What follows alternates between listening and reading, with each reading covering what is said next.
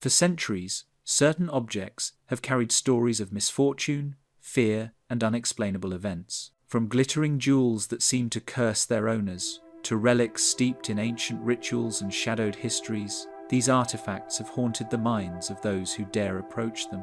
Their histories are marked by disappearances, inexplicable illnesses, and legends that refuse to fade. Across time and continents, they have tested the limits of human understanding, leaving scientists and collectors alike hesitant to even touch them. Now, centuries of fear and fascination are brought together in one place. This compilation presents over 3 hours of the world's most infamous cursed artifacts, exploring their chilling pasts, mysterious powers, and the enduring unease they inspire objects that continue to defy explanation and command a wary reverence. The Hope Diamond. The Hope Diamond is perhaps the most famous jewel in the world, not only for its dazzling beauty, but also for the dark shadow of misfortune said to follow it. At first glance, it appears only as a striking blue stone, extraordinary in size and brilliance. Yet its story has been shaped as much by whispered legend as by the hands that carried it across continents. Its glow attracts admiration, but its history leaves behind a trail of unease. The diamond's known journey begins in the 17th century when a French gem merchant named Jean-Baptiste Tavernier obtained a remarkable deep blue stone from India. At that time, diamonds from the famed Golconda mines were already regarded as treasures beyond imagination. Yet this one stood apart, a gem of unearthly hue. Tavernier eventually sold it to King Louis XIV of France, and in royal hands, the stone was recut into a piece that became known as the French blue. It adorned the crown jewels, a symbol of divine authority and wealth, gleaming within the opulence of Versailles. Soon after its place at court, however, stories began to circulate of calamities linked to those who possessed or wore the jewel. One of Louis XIV's mistresses, Princess de Lamballe, is often associated with the diamond in these tales. Though records vary, she is remembered for her brutal death during the French Revolution, her body torn apart by an angry mob. Others in proximity to the French blue suffered loss, imprisonment, or violent ends during the revolution as well. While historians debate whether the stone truly held responsibility for these tragedies, the aura of a curse had already begun to cling to it. In 1792, the French blue disappeared during a looting of the crown jewels. For years, it was considered lost, its fate unknown, until a large blue diamond surfaced in London in the early 19th century. This stone was smaller, suggesting it had been recut, but its colour and weight bore a striking resemblance to the vanished French blue. By the time it came into the hands of the British banker Henry Philip Hope, its identity was clear. The diamond took his name, and with it came the curse's revival. The Hope family treasured the jewel as a centerpiece of their collection, but whispers of ill fortune persisted. Members of the Hope line faced financial decline, strained marriages, and scandals that chipped away at the grandeur their name once carried. The stone remained beautiful, yet it seemed to draw ruin to those who held it too closely. After generations of ownership, it was eventually sold to settle debts, its path leading from aristocrats to collectors, each new owner, aware of the shadow, said to follow the gem. By the 20th century, the Hope diamond's reputation was firmly cemented as more than a jewel. It was a source of dread and fascination. The American socialite Evelyn Walsh McLean purchased it in 1911, attracted to its glamour despite warnings of its dangerous legacy. She wore it proudly to parties and gatherings, turning its mystique into part of her image. Yet her life became marked by heartbreak. Her husband's infidelity, her son's death in a car accident, and her daughter's untimely death from a drug overdose all fueled the belief that the curse had tightened its grip once more. Even Evelyn herself remarked that misfortune seemed to chase her household, though she refused to part with the diamond until her death. After McLean's passing, the jewel was acquired by the famous jeweller Harry Winston, who ultimately donated it to the Smithsonian Institution in 1958. Winston's decision was partly practical and partly protective, ensuring the diamond would remain preserved and accessible to the public, rather than passed from one ill-fated owner to another. The Smithsonian accepted it with care, and it has since become one of the most visited objects in the museum's collection. Encased within glass, illuminated under careful lighting, it now lies beyond the reach of private possession. Despite its secure setting, the legend of the curse has not faded. Visitors often wonder aloud if merely gazing upon the stone carries risk, though the museum itself has never reported calamity linked to its display. Scientists, gemologists, and historians have studied the Hope Diamond in detail, tracing its origins and marveling at the unique impurities that give it its spectral blue color. Yet even these scientific findings do little to shake the sense of something deeper surrounding it, a force that resists explanation and clings to the narrative no matter how many rational voices dismiss it. To this day, the Hope Diamond gleams silently from its case, brilliant and untouchable, while the weight of centuries of tragedy lingers in the air around it, as though the stone itself remembers every life it has shadowed. The Ring of Sinanus. Beneath the fields of Hampshire, England, an artifact lay hidden in the soil for more than a millennium, waiting for chance discovery to draw it into the light. When unearthed in the 18th century, the object appeared small, almost modest in size, yet its form was unmistakable. A Roman gold ring, large enough to fit over a gloved finger, its surface bearing the passage of centuries. What at first seemed no more than a relic of antiquity would, with time, be linked to one of the most enduring tales of curses from the ancient world. The ring itself is heavy, weighing more than most ornaments of its kind, with a thick gold band and a green stone set firmly at its centre. Despite its worn edges, the craftsmanship still speaks of wealth and authority, as though it had once belonged to someone who commanded status in Roman Britain. Its unusual size, far broader than the average finger, has prompted speculation that it was made for ceremonial use, intended to carry more meaning than adornment alone. Inscriptions carved into its surface reveal the name Sinanus, a clue to the identity of the man who once claimed it.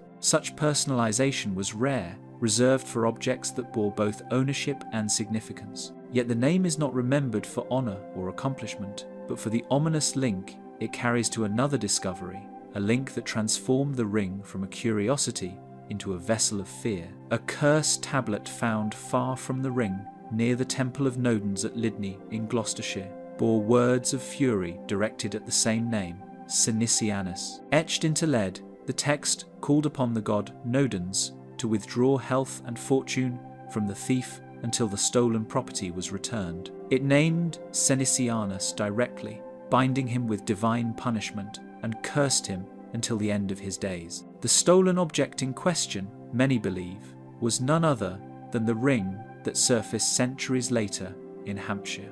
Scholars noted with unease how closely the ring and the curse seemed to mirror each other, as if the soil itself had preserved both halves of the same story. The idea that an artifact and a cursed tablet could survive apart, yet remain bound by name, gave rise to questions of whether the misfortune attached to the object lingered long after its original theft. What once was the private desperation of a Roman victim became, across centuries, the public mystery of an enduring curse. Stories soon grew around the connection, weaving the ring into a tapestry of dread that blurred history with legend. Local tales whispered of its discovery as if it were not merely an excavation, but an awakening of something deliberately buried. Even in scholarly circles, its reputation was one of unease, a relic not simply of Rome, but of wrath. Centuries of burial had not silenced the name inscribed upon it, nor the anger carved into lead at Lydney. Instead, the two artifacts together seemed to carry a dialogue across time, one voice accusing, the other accused, locked in a struggle that outlived both. To hold the ring was to hold a fragment of a story unresolved, a quarrel between mortals and gods with no evidence of resolution. Connections have even been drawn to literature, for J.R.R. Tolkien, while working near the Lydney Temple excavation in the 1920 seconds, became familiar with the tale of the curse. His later creation of a ring that bore power, doom, and possession has long been speculated to echo the story of Sinanus. While no definitive link can be proven, the parallel between an ancient cursed ring and one of the most famous fictional artifacts of modern times is difficult to ignore. Even when displayed in modern times, the ring is not stripped of its aura of foreboding. Visitors who view it at the Vine, a National Trust property in Hampshire, encounter it under glass, its size and inscription still plainly visible, its story recounted alongside the curse that named it. Though secured against theft or tampering, its presence remains unsettling, as if the act of reading the name Sinanus draws the viewer into the ancient quarrel. Yet the unanswered question remains whether the ring carries with it only the memory of a curse or the lingering force of one, a question that waits in silence for each who dares to look upon it. Princess Amenra's mummy case. In the late 1800s, Cairo's antiquities markets overflowed with relics pried from tombs, the silent remnants of dynasties sold to eager travelers and collectors. Among the painted coffins, broken statues and fragments of ritual objects, one stood apart, the lid of a mummy case said to belong to a priestess or princess now called Amenra. Its surface, decorated with symbols of protection and eternal life, carried an allure that went beyond craftsmanship, drawing buyers despite the uneasy stories that followed it. The painted eyes of the coffin lid seemed to follow every movement, their gaze unblinking across centuries. Travelers described an unsettling presence that seemed to radiate from the figure, as though the case was not merely carved and painted wood, but something that contained intention. What should have been inert and decorative felt watchful, and the unease clung to those who lingered too long before it. Though created to safeguard eternal rest, the coffin instead became a source of dread for those who possessed it. Collectors who took it from Egypt found themselves surrounded by misfortune, accidents, and sudden deaths that cast long shadows over their households. The pattern became difficult to dismiss as a coincidence when calamity followed the object from one hand to the next. When the case was shipped from Egypt to England, its unsettling reputation only deepened.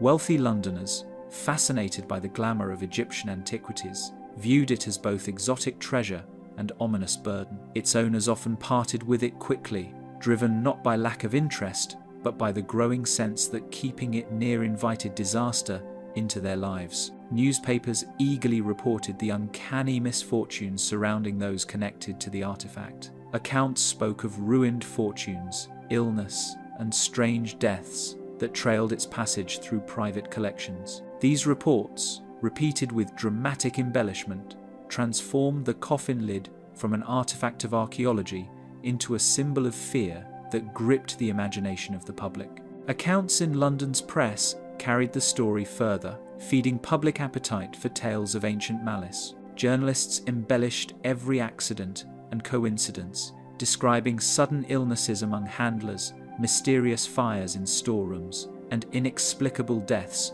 of those who studied the coffin too closely.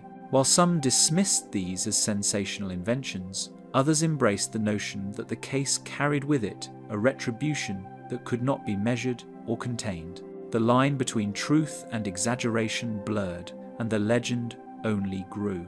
By the early 20th century, the coffin had entered museum collections, carrying with it stories of misfortune. The British Museum displayed it with care, placing the lid under protective glass, yet visitors still remarked on its oppressive aura. Guides sometimes spoke in lowered tones when pointing it out, as if to acknowledge that the case held more than paint and cedarwood. How could a wooden case, painted in fading colours, command such fear among its keepers? Egyptologists argued that the stories were superstition fueled by sensational press, yet the consistency of the accounts gave pause. The coffin belonged to an era where ritual objects were not only art, but vessels of meaning, believed to contain spiritual force, and that context could not be so easily dismissed. In the hushed galleries of the British Museum, the case radiated an unease that visitors could not ignore. Even without knowledge of its legends, people often described feeling cold or watching while standing before it. The atmosphere around the artifact resisted the ordinary bustle of museum crowds, creating a pocket of stillness that seemed unnatural. Some linked the coffin not only to private misfortune, but also to catastrophes on a wider scale. A story emerged that the case was meant to be shipped on the RMS Titanic in 1912, its presence tied to the ship's ill-fated journey. While records show the artifact never actually boarded, the tale endured, strengthening the legend that this object's reach extended far beyond individual tragedy. Seafarers who spoke of the Titanic's doomed voyage later claimed the mummy case had travelled in secret within the ship's hold, its presence hidden, but its influence undeniable. Some insisted that the cargo manifest had been altered, while others swore that the surviving crew whispered of a peculiar crate marked for special handling. Whether fact or fabrication, the rumour spread quickly after the disaster, entwining the sinking of the great liner with the already whispered curse of the Egyptian relic. To stand before it now is to confront silence that feels watchful, as if the figure within has never truly slept. The Basano vase. In the quiet countryside of northern Italy, tales of an object wrapped in shadow have lingered for centuries. Among the ruins of old villas and the shifting farmland, villagers spoke of a silver vase crafted during the Renaissance, said to have been made as a wedding gift. Its surface bore delicate engravings that caught the light in strange ways, glinting as though the metal itself held something restless beneath. Villagers spoke of a silver vase that carried not the joy of union, but the promise of misfortune. From generation to generation, stories warned that whoever received it would soon meet a sudden and violent death. Families claimed that its first owner, a young bride, never survived her wedding night. Her life ended in circumstances too abrupt to be forgotten. The vase remained, gleaming and intact, as though untouched by the calamity it heralded. Those who inherited it often told the same story, repeating patterns too stark to ignore. A cousin, a nephew, a distant relative, each one who held the vase in their home was soon struck down, not by illness, but by events swift and final. Carriages overturned, fevers raged unexpectedly, and accidents came without warning. The object seemed to carry a rhythm of tragedy, ensuring that no household kept it long. Local archives later revealed scattered notes about disputes tied to the vase. Legal records described arguments over inheritance, sudden claims abandoned when another heir fell dead, and property sales that coincided with its movement. Though the entries were brief, a thread ran through them, pointing again and again to the same vessel of silver, silent in its design, but unyielding in the calamity surrounding it. One account described a bride who received the vase with ceremony, believing it to be a blessing for her new life. Within days, her body was found lifeless, the gift still standing on the table where it had been placed. The story spread quickly, whispered not just among her kin, but through nearby villages, feeding the sense that the vase did not belong in human hands. In the stories told around neighbouring towns, the vase was crafted not for life's triumphs, but to shadow death. According to these darker whispers, the silver was meant to honour the dead, not the living, and removing it from that original purpose doomed any who tried to repurpose it for joy. Whether born of fear or genuine memory, these tales suggested that the vase carried with it a design never meant for weddings or inheritance. Another version insisted that the vase was never meant to be a wedding gift at all, but an object taken from a burial site where it had rested beside the dead. According to this telling, its removal from sacred ground invited not celebration but a curse, one that would cling to anyone who disturbed it. Whether born from theft or tragedy, both versions agreed on one thing: the vase brought death to its owners. Police reports from the 20th century added a sharper edge to the legend. In the 1982nd, the vase surfaced again, accompanied by a string of unexplained fatalities. Authorities documented its transfer from one family to another, each time followed by a sudden loss. When attempts were made to auction it, buyers quickly withdrew, frightened not by price, but by the notoriety that clung to the object. The case files themselves read more like folklore than law, yet the consistency of the accounts left little room for dismissal. The vase, by then hidden away, became less a possession than a burden no one wished to claim.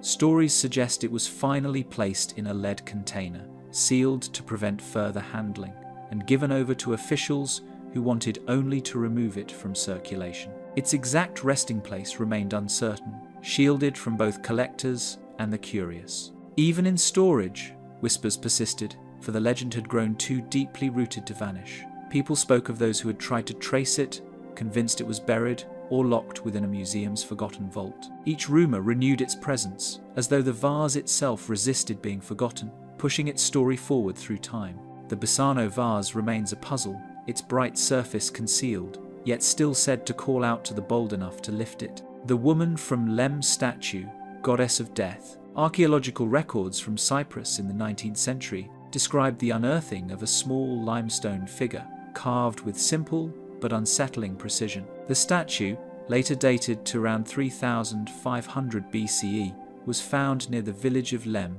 standing only a little over a foot tall, yet carrying an aura that seemed disproportionate to its size. Its form was abstract, with a stylized head, faintly crossed arms, and a body that conveyed ritual rather than realism, as if it had been designed less to represent a person than to embody something older and harder to name. Catalogues from European collections soon listed the statue among ordinary antiquities, assigning it a neutral inventory number without reference to the whispers that quickly surrounded it. Dealers and curators described it as another Neolithic fertility idol, yet those who brought it into their homes began to find that it was anything but inert. Each transfer carried with it not just a change of ownership, but the beginning of a strange and persistent chain of events.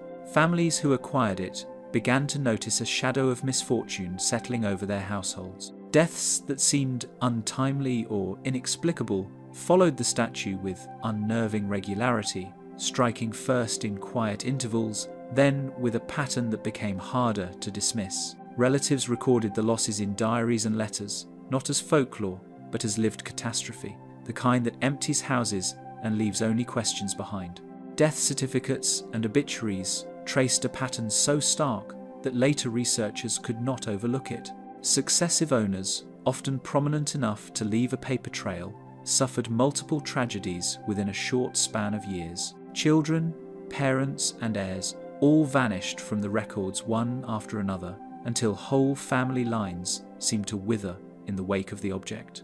It was from this legacy of absence that the statue earned the name that endures, the goddess of death. One household in particular suffered losses so relentless that the connection to the statue could no longer be treated as a coincidence. A father who displayed it in a drawing room was buried within months, followed by his wife not long after. Their children, still young, succumbed in turn, leaving no surviving descendant. The figure was passed on, and with it, the cycle of grief began again, repeated almost like a ritual, though no one involved had sought such a fate. Reports from the following decade indicated that the statue left Cyprus for broader European circulation, changing hands among collectors who prized it as much for its sinister reputation as for its antiquity.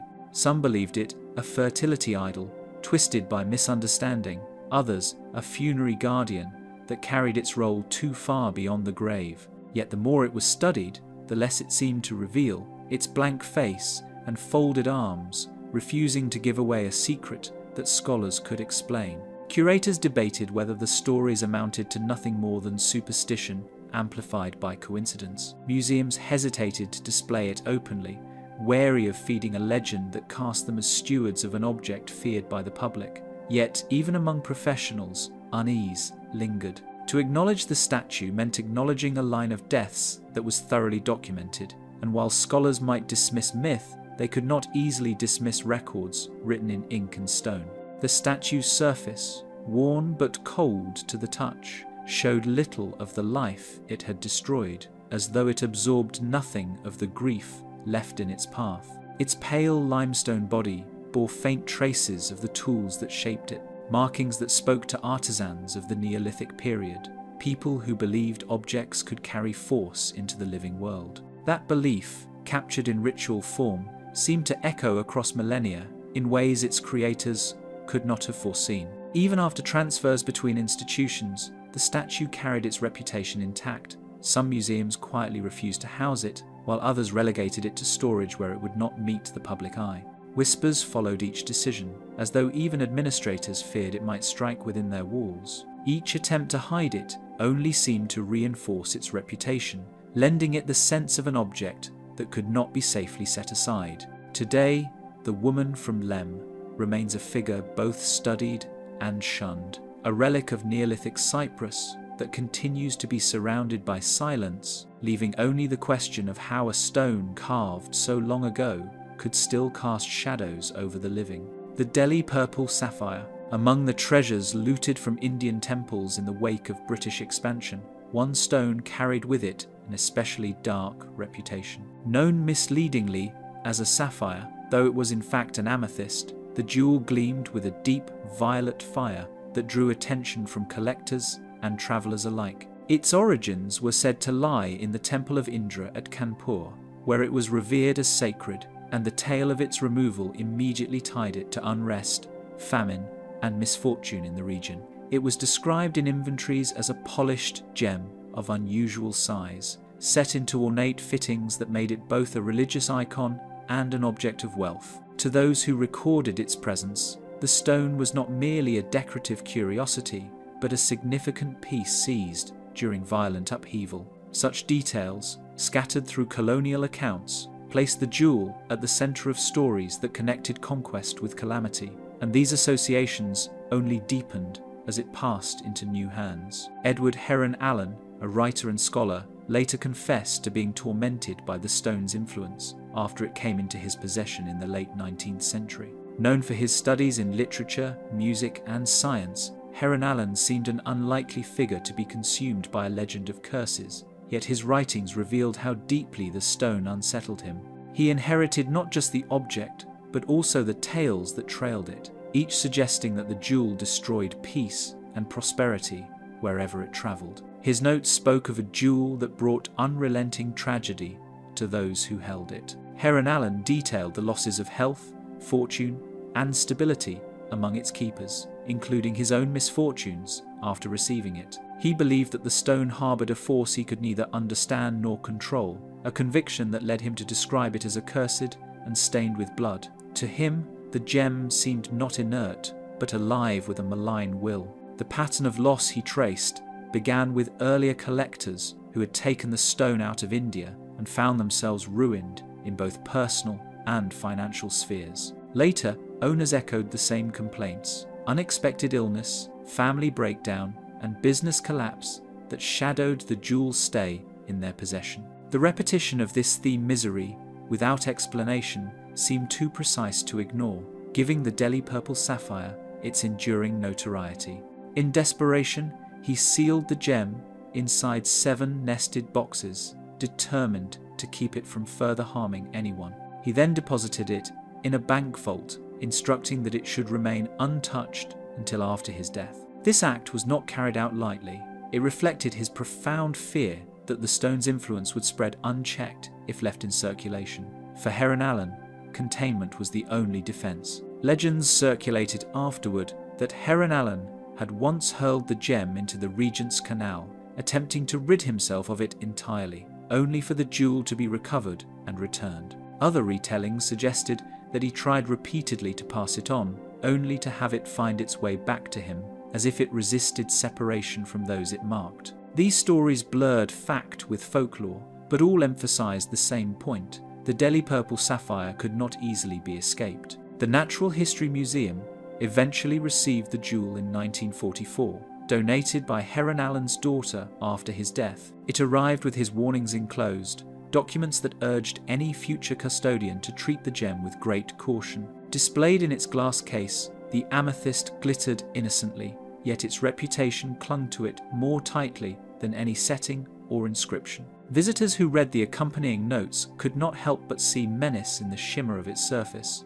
Curators remarked quietly that they preferred the stone to remain in storage, shielded from constant view. Even with scientific explanations dismissing curses as superstition, the weight of Heron Allen's words and the consistency of reported misfortunes gave the museum staff reason for unease. They handled the jewel rarely, and always with an awareness of its grim legend. Somewhere in the vaults, the Delhi purple sapphire waits, its violet glow preserved, yet its reputation unsoftened by time, a reminder that even inanimate objects can be burdened with histories that resist being laid to rest. The idol of Pazuzu, long before the rise of empires, when desert winds carried the cries of unseen spirits, Pazuzu was named and feared. He was no gentle deity, but a terrifying figure from Mesopotamian mythology, invoked both in terror and necessity. Associated with the dry, scorching winds of the desert that brought famine and disease, his presence was thought to mark the boundary between protection and destruction. To the ancients, he embodied a paradox, a demon who could defend against other demons. Ancient tablets and carvings revealed him with a snarling face, taloned hands, and wings that marked him as neither god nor man. His body often twisted into unnatural proportions, with a scaly torso, clawed feet, and the head of a grotesque beast. Amulets depicting him were hung over the beds of mothers and children, thought to ward off the dreaded Lamashtu, a demoness who preyed on infants. These depictions made clear that his image was not meant to comfort it, was intended to terrify, to frighten away something even worse. Though invoked as a guardian against plagues and the demoness Lamashtu, his likeness was never welcomed lightly. Those who crafted his image believed they were capturing a dangerous force, one that might lash out if misused. Ritual texts show that invoking Pazuzu was always coupled with fear, as if summoning him came with a risk that the protector might turn against the very people who sought his aid. What unsettled many was the contradiction that an idol designed to guard homes could carry with it an aura that felt more like intrusion than protection. Centuries turned the idol from an object of ritual into a relic buried beneath forgotten ruins. Mesopotamian civilizations crumbled, temples collapsed, and the sands reclaimed what had once been offerings and talismans. For centuries, knowledge of Pazuzu remained locked in cuneiform texts, unread by the outside world, his name and image lying in silence until rediscovery by scholars and excavators in the modern era. When excavators unearthed a small Pazuzu figurine in the 19th century, its jagged features seemed to stare back with menace. The idol, blackened by centuries underground, showed the snarling face and outstretched wings described in ancient texts. Archaeologists noted its fine craftsmanship and the disturbing vitality of its form.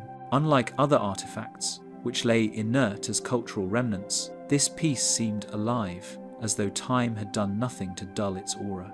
Collectors who obtained such idols often spoke of misfortune, illness, financial collapse, or sudden death. Letters and private notes from antiquarians suggested that the possession of a Pazuzu figure was rarely long-lived. Owners sought to rid themselves of the object, selling or gifting it away in hopes of passing on whatever dark shadow followed it. Each story left behind a trail of unease, reinforcing the belief that these relics carried with them the very presence they once symbolized. Each transfer of ownership carried with it unsettling consequences, as though the idol resisted being possessed. Families who accepted it into their homes soon reported strange illnesses or persistent nightmares. Collectors who displayed it prominently found their lives unraveling through misfortune. The sense grew that Pazuzu was not a passive artifact, but an active force that remained bound to his ancient reputation of destructive winds and unseen plague. Unlike jewels or vases that carried whispers of curses, the idol's menace felt deliberate, as if it chose its keepers. Stories emerged of individuals who felt watched in its presence, describing an invisible pressure in the air whenever the idol was near. Unlike accidental tragedies tied to other relics, the Pazuzu idol seemed to embody an intent, as if centuries of being invoked in fear had charged it with a will of its own. Scholars note its uncanny presence in modern culture, even inspiring depictions in films and literature that amplify its dark reputation. Pazuzu became widely recognized in the 20th century, when his name and image were drawn upon for stories of possession and evil, most famously in The Exorcist. While these were works of fiction, they drew upon a very real demon, feared for thousands of years, reinforcing in popular imagination the sense that some figures of antiquity are better left buried. Even seasoned collectors admitted that owning such an artifact seemed less like possession and more like entering into an unspoken pact. Yet behind all retellings remains the same ancient warning: Pazuzu protects, but at a cost no mortal can predict. The conjure chest. In the hills of Kentucky, the chest arrived quietly, its polished surface masking the misfortunes it would bring. Crafted from dark wood, with intricate carvings of unknown origin, it seemed to carry an aura of intent, as though each panel contained a story that had yet to unfold. Locals who first saw it described a heaviness in the air around the chest, a weight that pressed upon the shoulders of anyone who lingered too long near it. The wood was smooth and cold to the touch, yet it seemed alive in the way shadows clung to its edges. Neighbours would later recall how the chest seemed to accompany misfortune, each new death tied inexplicably to its presence. Horses became skittish when it was brought near, livestock fell ill, and crops failed in fields where it rested. Even the dogs and cats of the region avoided the cabin where it had been temporarily placed. Tales grew rapidly, carried along country roads, and whispered in candlelit kitchens until the chest became a symbol of quiet terror that no one dared speak of aloud. Within the Graham family, the chest passed from one generation to the next, yet no heir held it for long. Fathers handed it to sons, mothers to daughters, and each recipient soon found their fortunes unraveling. Arguments would erupt over its care, friendships would be strained, and financial hardship seemed to shadow its new keeper. The chest, though inanimate, became the center of attention, a silent observer of human weakness and the subtle decay of hope. Not all deaths were sudden, some lingered, unfolding in sickness, despair, or ruin until the final breath arrived. Members of the Graham family described nights filled with strange noises emanating from the chest. Faint whispers, the sound of scuttling along its base, or the creak of wood shifting as if alive. Lamps flickered, and shadows seemed to bend unnaturally toward it, heightening a sense of dread. Even those who attempted to distance themselves could not escape the weight of its presence. Local ministers spoke cautiously of the object, refusing to bless it or even allow it near a church. Rumours spread that the chest had once belonged to a conjurer, a man skilled in both healing and hexes, whose death was as mysterious as his practices. Some suggested that his spirit lingered within the chest, bound to the wood and the carvings, while others believed the object itself had absorbed the energy of countless rituals performed across decades. Sacred words, they said, would not touch it, and its influence could not be countered by prayer alone.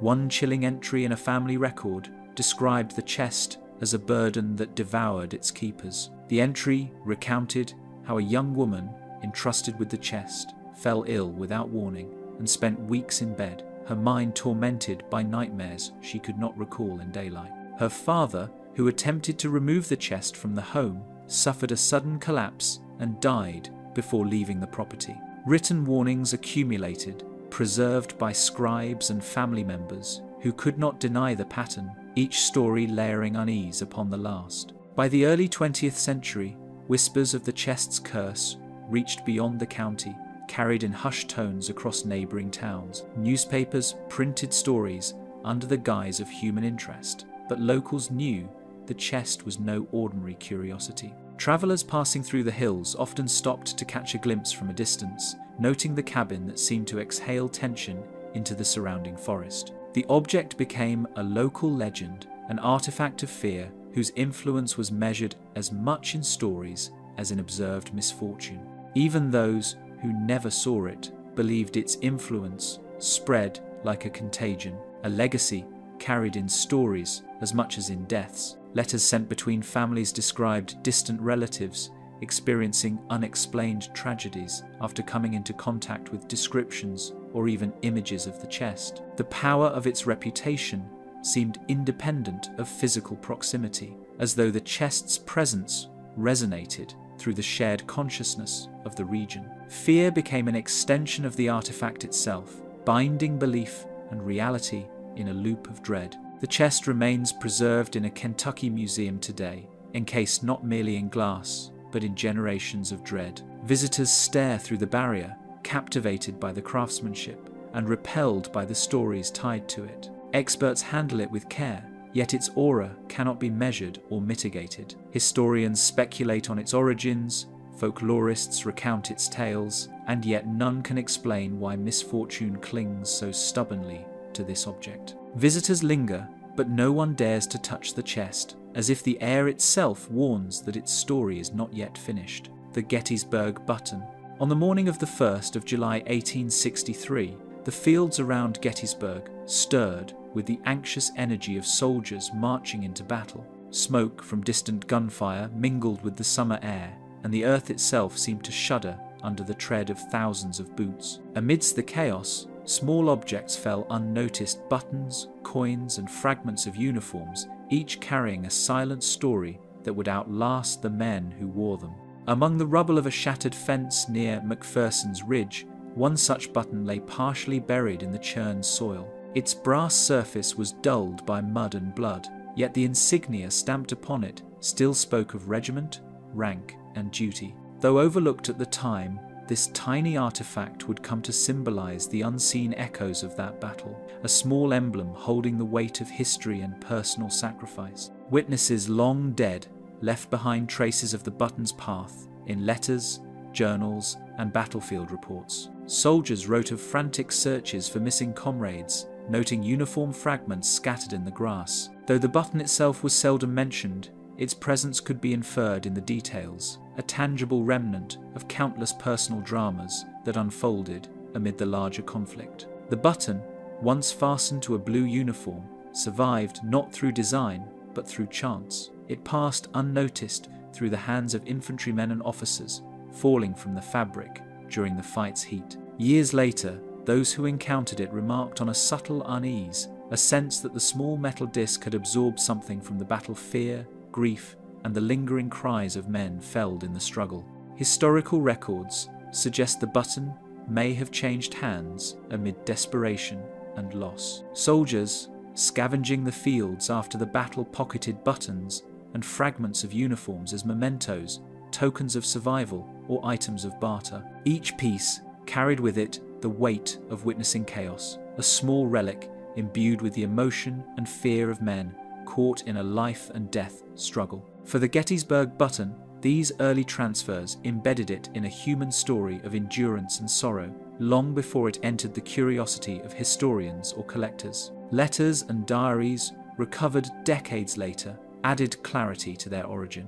One soldier's memoir described the area around the fence, the furious skirmishes, and the sudden, violent charge of cavalry. A sergeant's note listed the loss of a squad's belongings, including brass buttons now scattered across the ground. Each entry reinforced the sense that ordinary objects from the battlefield could retain the echoes of extraordinary violence. After many years, it resurfaced in private hands, making appearances at auctions and estate sales where Civil War history drew attention. Those who held it often reported subtle misfortunes, a series of accidents, ill-timed illness, or an inexplicable sense of dread when the button was near. Its story grew with each owner, suggesting that even a small piece of brass could carry the weight of history in a way that unsettled the living. Auction records and estate inventories reveal a curious pattern. The button appeared repeatedly in 20th century sales, occasionally vanishing without explanation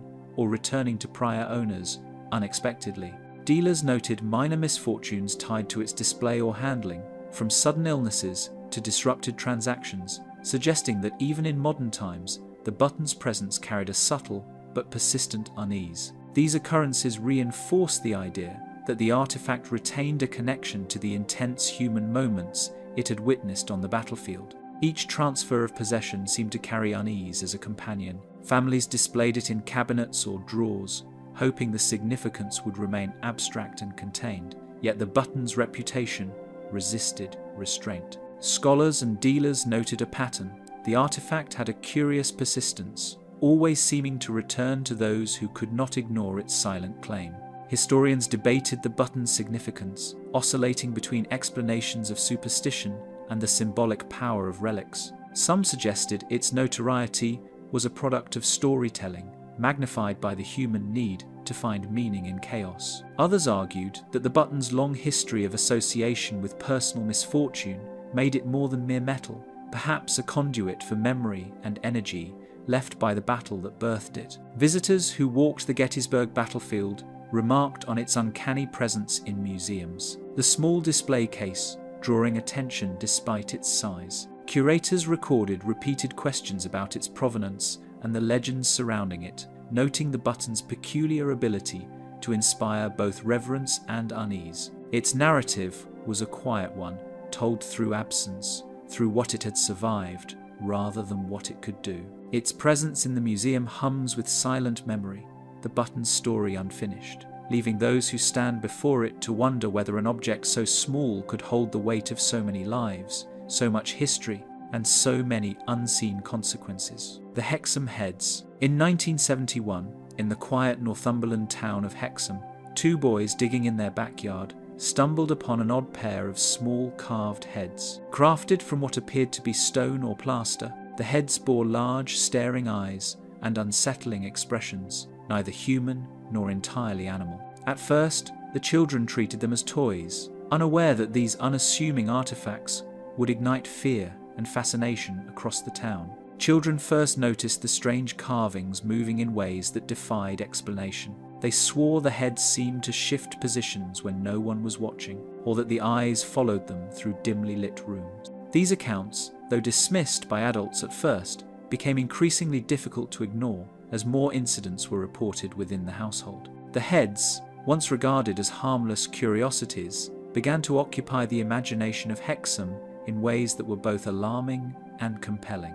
Local authorities dismissed initial reports, attributing the boys' claims to childish imagination. Police visited the home but found nothing immediately threatening or abnormal. Officially, the heads were catalogued as curiosities rather than threats, but the unease surrounding them grew. Neighbours noted that strange sounds, soft scratching, whispers, and sudden cold spots seemed to originate whenever the heads were handled. Photographs taken at night revealed unexpected shadows and distortions. Polaroid images captured the heads in positions that contradicted previous placements, creating a chilling visual record of phenomena that could not be rationally explained. Some photographs appeared to show faint markings on the head surfaces that were invisible in daylight, suggesting a depth to the carvings that went beyond simple craftsmanship.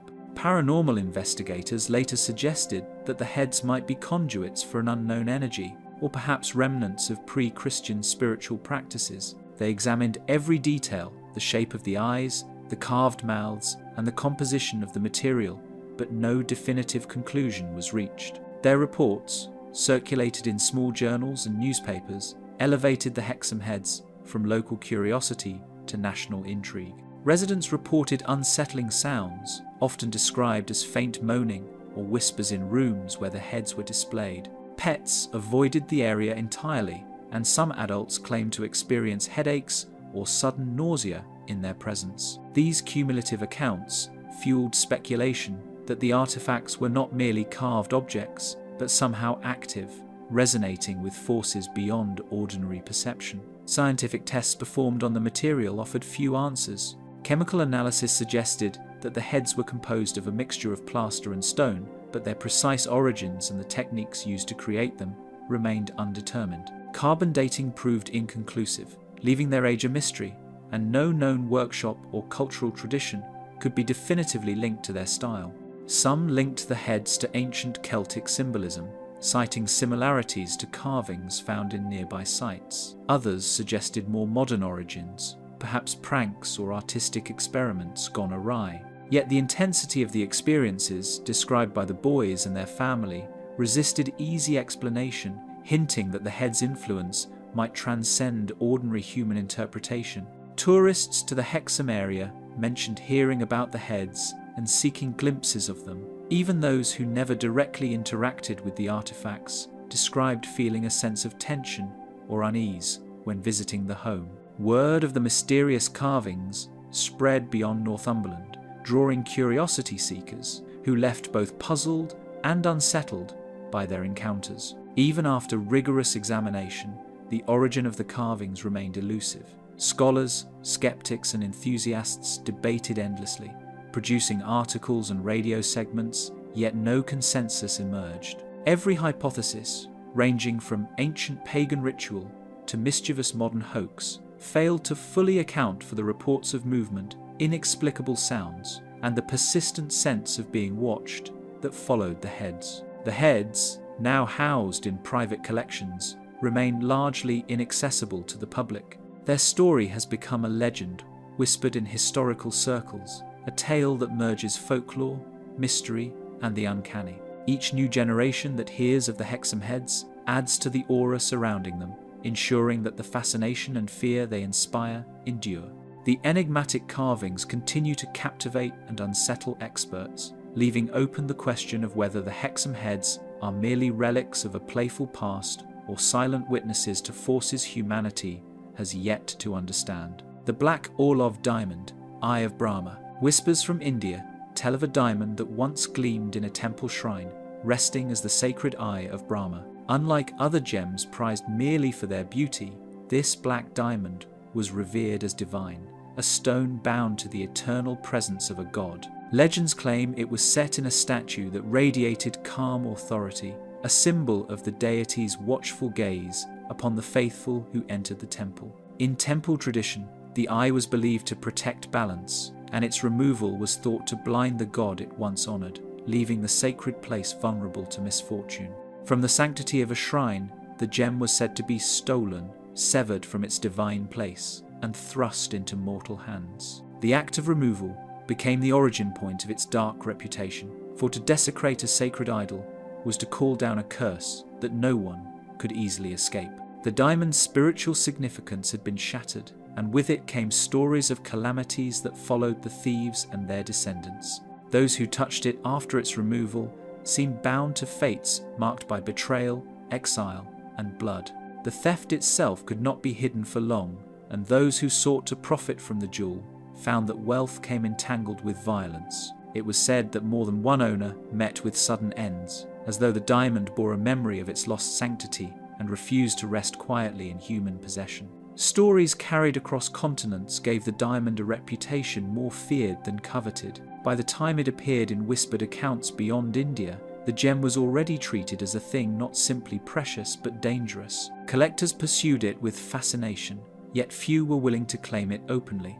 The aura of curse hung heavier than the glitter of fortune, and the diamond's journey became one of shadowed transfers and unrecorded trades. By the 19th century, a dark jewel of unusual hue began circulating quietly through collectors, though few dared hold it long. Unlike most diamonds that sparkled with clarity, this one drew the eye inward, its black depths unsettling rather than alluring. Rumors swirled that it had been recut to disguise its temple origin, transformed from a single large gem into smaller stones, each carrying a fraction of the original curse. Collectors whispered that 3 such stones were cut from the original eye, a trinity of black diamonds scattered across Europe and America, each echoing the same chain of ruin. One Russian noblewoman, Princess Nadia Viegin Orlov, would give the stone its infamous name, and her life became one of despair. Accounts tell that the diamond, now christened with her family's title, was linked to her decline and eventual ruin. Whether coincidence or consequence, her association with the jewel ended in tragedy, and the shadow of her fate only deepened the stone's reputation. Accounts claimed that women who owned the gem either abandoned it in fear or met untimely deaths, as if it chose its victims with intent. Stories circulated of suicides, of misfortunes, so closely following ownership that the connection seemed undeniable to those who heard them. The Black Orlov diamond became less an object of admiration than a tale of warning, its darkness no longer just a matter of colour but of destiny. Even in America, far from its origins, the diamond's shadow continued to follow its keepers, trailing sorrow in its path. The gem was brought to New York in the 20th century, placed into modern settings that sought to reframe it as a luxury, yet the legends could not be polished away. Dealers and jewelers handled it with care, not only for its value, but also for its history, wary of what its next owner might endure. Auction houses recorded that, even when placed for sale, the diamond often failed to meet reserve prices, as if potential buyers recoiled from completing the exchange at the last moment. Encased in platinum and surrounded by smaller diamonds, the black stone seems to swallow light, as though its very surface resents illumination. Unlike other jewels that dazzle with brilliance, it broods with a gravity that draws the gaze and leaves unease in its wake. To look upon it is to sense not only beauty, but also the heavy weight of centuries of fear and whispered curses. However tightly secured, however studied, the legend of the Black Orlov still waits to remind those who look upon it that some treasures are less a gift of the earth than a riddle left to test human daring. King Tutankhamun's dagger of iron. Buried for millennia beneath the sands of the Valley of the Kings, King Tutankhamun's tomb held treasures that spoke to the boy king's short yet extraordinary life. Among the gilded masks, ornate jewelry, and ceremonial objects, one piece stood apart, a dagger forged from a metal not of earthly origin. Its gleaming blade, perfectly preserved despite the passage of over 3,000 years, seemed to shimmer with a light that no museum display could contain.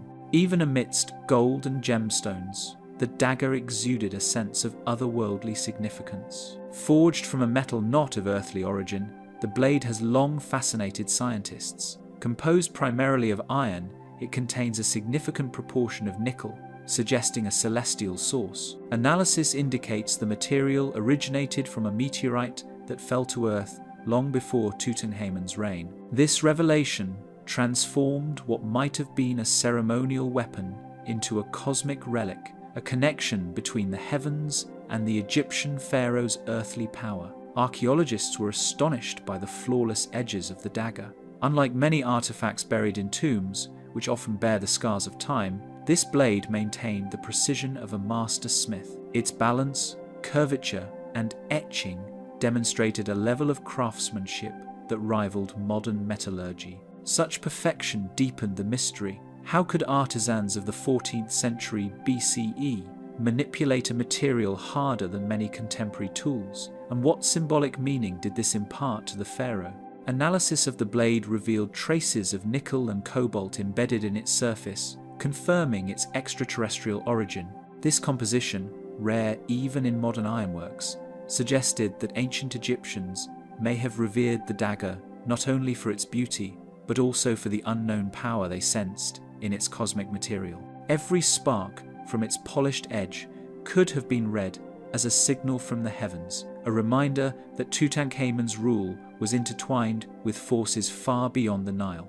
Tutankhamun's tomb, unveiled in 1922 by Howard Carter, concealed extraordinary treasures alongside this singular weapon. When first glimpsed, the dagger lay within a golden sheath, nestled among ceremonial robes and ornaments. Its presence within the tomb signaled an intention. It was not a tool for battle, but a symbol of divine protection and cosmic authority, linking the boy king to celestial powers that Egyptians understood but could not fully articulate. Debates arose over how ancient smiths could shape such a hard metal. Scholars and metallurgists puzzled over whether the Egyptians possessed techniques lost to history or whether the blade's perfection was enhanced by the mystical qualities attributed to the material itself. Some suggested that religious rituals and prayers may have played a role in the crafting process, blending faith and technology in ways modern observers can scarcely imagine. Stories of divine intervention and celestial guidance surrounded the pharaoh's possession. The dagger, crafted from a meteorite, may have been considered a gift from the gods, a tangible connection to the heavens that reinforced Tutankhamun's sacred status. In a culture that saw omens and messages in the skies, owning such a weapon could have been interpreted as a sign that the gods themselves watched over the young ruler, guarding him against unseen forces. Even museum goers find themselves drawn to the blade, captivated by its history and eerie perfection. Visitors often describe an inexplicable awe when standing near the artifact, a sensation that transcends curiosity and enters the realm of reverence. The dagger's allure does not diminish with explanation. Scientific studies and historical context illuminate its origins, yet they do not dispel the sense that the blade carries a presence beyond mortal comprehension.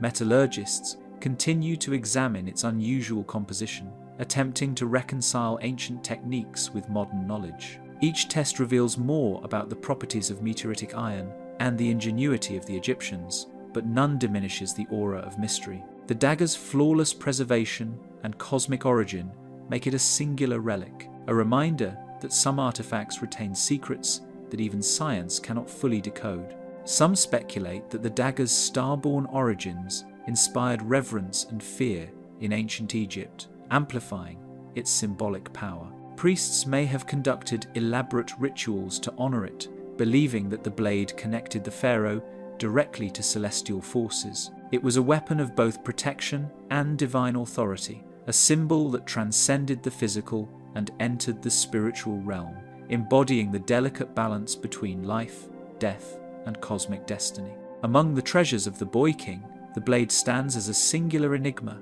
its existence bridging earth and sky. Silent for thousands of years, it retains an almost imperceptible aura, a quiet testament to Tutankhamun's link to forces beyond the human world. The dagger's iron gleams with a light older than the Nile itself, hinting at a power that has watched over civilizations long forgotten. The Thomas Busby chair. In Thirsk, North Yorkshire, a small inn concealed an item both ordinary and ominous, a wooden chair tied to centuries of misfortune. Its polished oak was worn from years of use, and yet its reputation stretched far beyond its unassuming frame. Patrons of the inn spoke in hushed tones, treating the seat with a reverence that bordered on terror, unsure whether it protected or punished those who dared sit upon it. Local archives reveal that the chair belonged to Thomas Busby, a man executed in 1702 for the murder of his father-in-law. In the weeks before his death, Busby was said to have cursed the chair in which he had once rested, declaring that anyone who dared sit upon it would meet with sudden death. The claim, documented in court records and later recounted in parish accounts, created a chilling connection between an everyday object and the shadow of vengeance. Reports from generations of innkeepers describe visitors who ignored warnings, seating themselves in the chair only to suffer misfortune shortly afterward. One traveller, a merchant passing through the village in the 19th century, reportedly fell gravely ill within days. Another, a soldier returning from campaigns abroad, vanished under unexplained circumstances. The pattern reinforced the chair's growing notoriety, cementing it as a vessel of a curse that seemed to choose its victims without reason. Scholars studying British folklore note that cursed furniture is rare, and few objects in England have accumulated the level of fear attached to Busby's chair. Its story intertwines with local superstition, blending fact and folklore in a way that resists simple explanation. The combination of historical documentation, repeated misfortune, and collective memory has elevated the chair from a mere piece of furniture to a symbol of impending doom.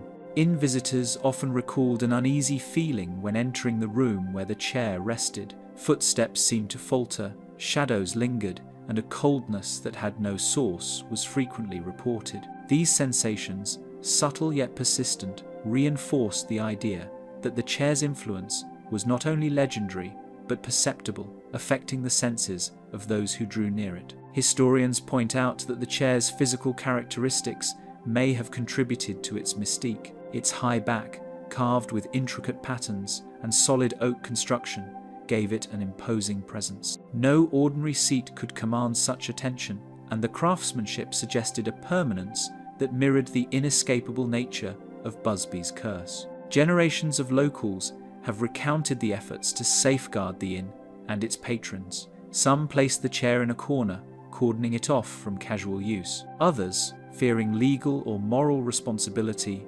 refused to allow anyone to sit in it entirely. The persistence of these protective measures demonstrates the enduring power of collective belief over centuries, as much as any supernatural influence. Folklorists, studying cursed objects, note that the Thomas Busby chair's tale differs from many legends because it is rooted in a verifiable crime. Thomas Busby's execution and the documented threat he issued anchor the myth in a historical framework, lending credibility to tales of misfortune that continue to emerge in subsequent centuries. The innkeeper's journals, preserved from the 1800s onward, describe incidents that suggest the curse does not discriminate. Merchants, clergy, and even local nobility who dared sit in the chair experienced sudden accidents, illness, or unexpected deaths. These records, meticulous in their chronology, provide a striking contrast to more fanciful legends, reinforcing the perception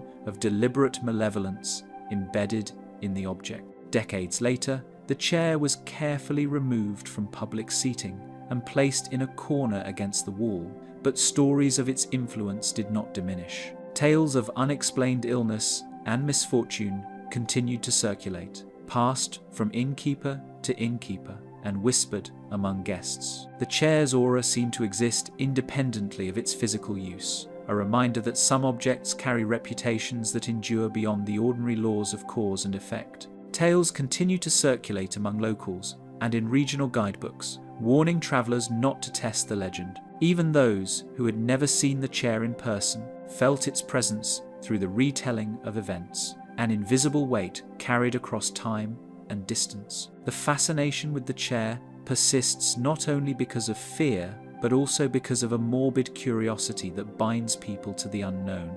In the inn's corner, the Thomas Busby chair remains, an unspoken sentinel of anxiety, its empty seat a reminder that certain places harbour more than mere furniture. The Dybbuk box, on a cluttered Brooklyn shelf, a small wooden box drew attention, its worn surface scratched and faded as though centuries of hands had passed over it. Carved into the wood were faint symbols whose meanings were obscure, hinting at a past steeped in ritual. Though modest in size, the box seemed to hold a presence that unsettled anyone nearby, a quiet weight of unease that clung to the air around it. The small wooden container appeared ordinary at first glance, no different from other keepsakes or antiques. Yet beneath its unassuming exterior, it carried a reputation whispered about in certain circles, a restless spirit confined within a box, waiting for release. Its simple latch seemed incapable of holding back the energy trapped inside,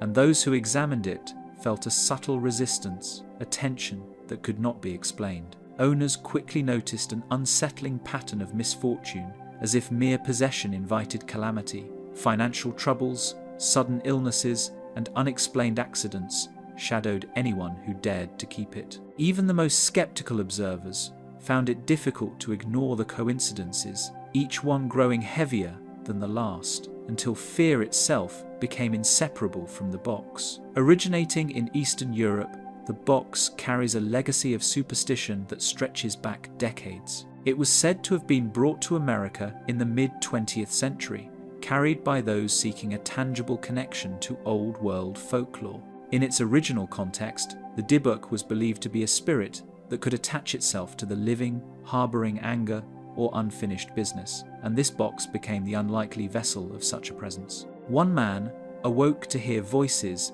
emanating from an empty room, whispers rising and falling, though no one was there. The words were unintelligible, yet charged with intent, leaving him shaken and unable to return to sleep. In another household, objects shifted inexplicably each night. Books toppled from shelves, chairs scraped across floors, and doors opened without cause. Attempts to rationalize the events failed. The movement was precise and deliberate, almost as if the box orchestrated the environment around it to make itself known. Auction documents traced the box's movement across continents, revealing a chain of ownership marked by reluctance. Each transfer seemed to pass the unseen weight from one person to another, a silent acknowledgement that the object brought with it a burden too great to bear indefinitely. Folklorists explain that a Dybbuk is a restless spirit seeking refuge in the living world, drawn to human vulnerabilities and unresolved conflicts. In Jewish tradition, rituals exist to expel such spirits, yet when contained in a box, the entity defies simple remedies. The Dybbuk box, therefore, becomes a paradoxical vessel, an object intended to trap a spirit, yet incapable of neutralizing its potency entirely. Private communications between previous owners reveal fear and avoidance, recounting sleepless nights, cold drafts, and an overwhelming sense of being watched. Each report deepened the mythology surrounding the box, blending documented experience with intangible dread. Attempts to cleanse the box through ritual or fire rarely succeeded. Ceremonial burnings, blessings, and prayers sometimes produced temporary calm, yet the box would inevitably assert its presence again. Experts in paranormal studies suggest that the containment of such a force is inherently unstable, and that the spirit's awareness within the box grows sharper over time, feeding on attention and fear alike. Even when sealed, the box seemed to emit a palpable tension a silent vibration that could be felt in the bones of those nearby. Visitors reported an instinctive recoil, a feeling that something essential about the space had been altered. While no visible change occurred, the sensation of a lurking consciousness persisted, subtle but undeniable, reinforcing the box's fearsome reputation. Coverage in newspapers and online forums magnified the box's reputation, intertwining verified events with sensational claims. Readers debated its authenticity and danger, some drawn to the mystique, others horrified by the accounts. The media, intentionally or not, amplified the legend, ensuring that even those who had never seen it understood its feared presence. Paranormal investigators have recorded consistent reports of shadowy figures, unexplained noises, and sudden drops in temperature around the box. Equipment sometimes registers anomalies, magnetic fluctuations, or spikes in energy, though results remain inconclusive. The investigative attention, however, only adds layers to the box's infamy, reinforcing the notion that it is more than a simple antique. The Dybbuk box moves quietly from hand to hand, leaving suspicion in its wake, an object of curiosity and dread alike. Each encounter, whether brief or prolonged, contributes to an expanding narrative that merges history, superstition, and lived experience. Its story remains incomplete, a puzzle that tempts those who seek answers, while warning them of consequences they may not survive. Its secrets remain locked within, waiting for the next encounter, as if the box itself bides its time with deliberate patience. The goddess of death statue, Carlisle figure. Long hidden beneath centuries of dust and decay, the statue known as the goddess of death emerged from Carlisle with an aura that seemed to resist explanation. Its surface, darkened with age, preserved intricate carvings that suggested both reverence and fear, as though the artisan had sought to channel power rather than merely record form. From the moment it appeared in public view, observers remarked on the sense of weight. It carried an almost tangible tension, hovering above the pedestal where it rested. Chiseled with a precision that defied contemporary methods, the figure's features held a symmetry so exact that it felt both unnatural and commanding. The hands, delicately poised yet unmistakably firm, hinted at a protective or menacing purpose, leaving scholars to wonder whether this statue had once served as more than decoration or ritual emblem. Observers could not ignore the figure's unnerving symmetry, which created a sense of balance so perfect that it felt almost alive. Shadows cast by the gallery lighting seemed to shift with subtle intent, emphasizing the statue's angular shoulders and hollowed gaze. There was a hypnotic pull in its posture, a deliberate equilibrium that invited attention, while simultaneously warding off intrusion, as though the figure understood more than any mortal viewer could comprehend. Local folklore spoke in hushed tones of a cursed guardian, said to exact a toll upon those who underestimated its presence. Tales whispered that families who possessed or displayed the statue experienced misfortunes, often unexplained, ranging from sudden illness to the disappearance of cherished objects. The first exhibition revealed a presence that unsettled many, even those with no prior knowledge of the statue's origin. Visitors reported a sensation of being watched, accompanied by fleeting chills that did not match the temperature of the room. Some described subtle movements in their peripheral vision, as if the shadows around the pedestal were briefly animated by an unseen force. Etchings along the base hinted at rituals long forgotten, with marks that did not correspond to any known alphabet or language. Researchers speculated that these symbols represented protective invocations, yet the meaning remained inaccessible, defying translation or contextual placement. The mystery deepened as comparative studies of similar figures across Europe yielded only partial matches, suggesting a localized tradition whose secrets had been carefully guarded. Those who lingered near the display often felt a strange heaviness, a pressure that seemed to settle over the chest and shoulders. Visitors recounted heartbeats quickening inexplicably, as if the air itself carried a warning or expectation. Comparisons with similar statues across Europe uncovered repeated motifs, yet none possessed the same combination of elegance and menace. Researchers found parallels in the angular features, ritualistic posture, and symbolic carvings, but the Carlyle figure stood apart in the potency of its gaze. It was not merely an artistic artifact, it had an energy that seemed to command attention and respect, resisting any effort to reduce it to a mere object. Craftsmen attempting to replicate the figure's form could not capture its essence. Despite careful measurement and modern tools, reproductions lacked the subtle weight and tension of the original, suggesting that something in its creation had been lost to time. Experts proposed that the materials, the techniques, or even the ritualized crafting process contributed to an ineffable quality that modern methods could not reproduce. Documentation from early collectors recounted unusual phenomena surrounding its acquisition. One account described a sudden illness affecting multiple handlers. Another told of inexplicable sounds echoing through the building where the statue was stored. Restorers detected faint remnants of pigments and traces of organic material, implying that the statue had once been adorned with colours or substances that have since vanished. Analysis suggested that these materials were not merely decorative, but possibly symbolic, linked to the rituals the figure had been involved in centuries prior. Images captured through specialized lighting revealed distortions unseen by the naked eye, emphasizing aspects of its form that seemed to shift with perspective. The eyes appeared to follow, the posture to subtly lean, creating a dynamic interaction between object and observer. The phenomenon heightened the aura of unease, reinforcing the impression that the statue had been intended to assert a quiet dominance over those in its vicinity. Interest spread quickly, drawing skeptics and enthusiasts alike to study the statue. Conferences, papers, and informal debates circulated in parallel with public fascination, each observer attempting to reconcile the figure's aesthetic elegance with its deeply unsettling presence. The impression of being watched, combined with the weight of centuries, created a rare encounter with the uncanny. The figure did not simply occupy space, it seemed to inhabit a liminal zone where the boundary between observer and object blurred, a testament to the power imbued in its making. The figure holds its mystery tightly, offering no hint of what it has witnessed, yet a silent vigilance lingers, waiting for those who dare approach too closely. The Koh-i-Noor diamond.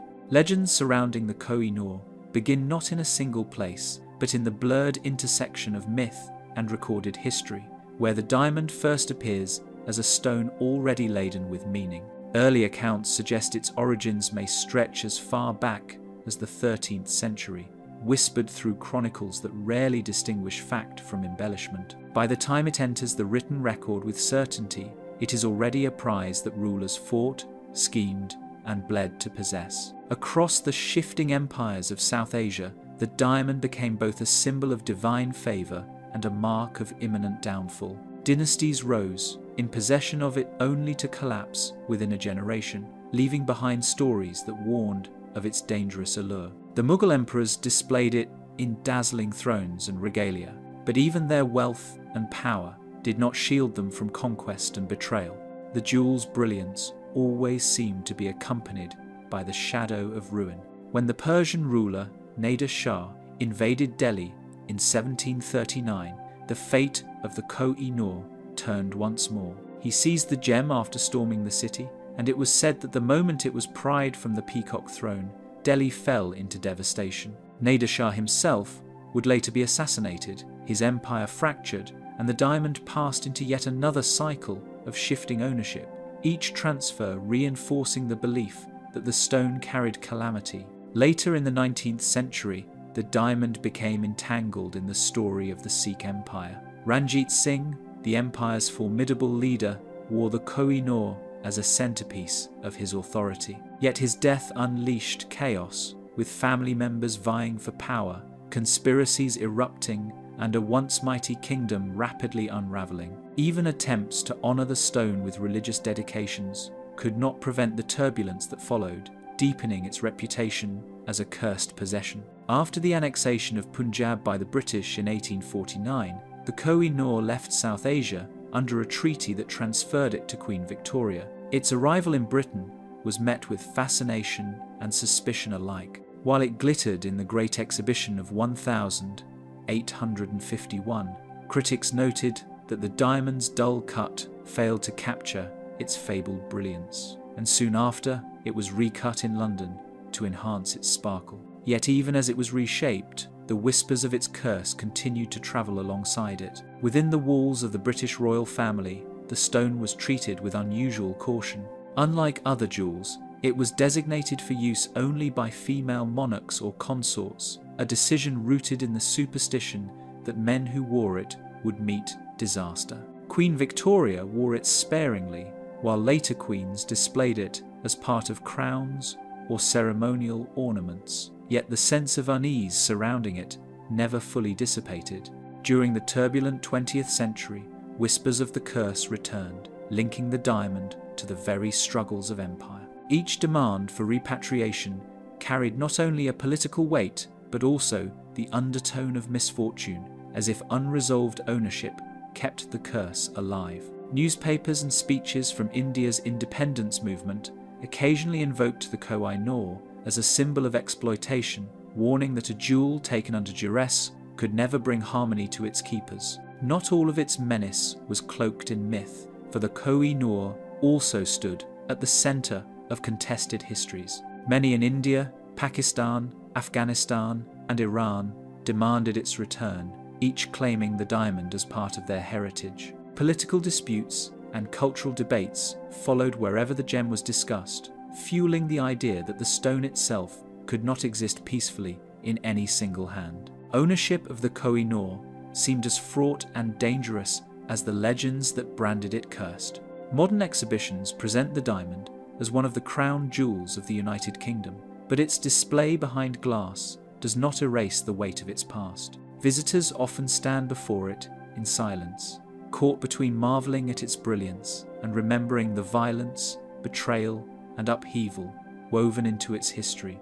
The story of the Koh-i-Noor is not one of beauty alone, but of conquest and consequence that stretch across centuries.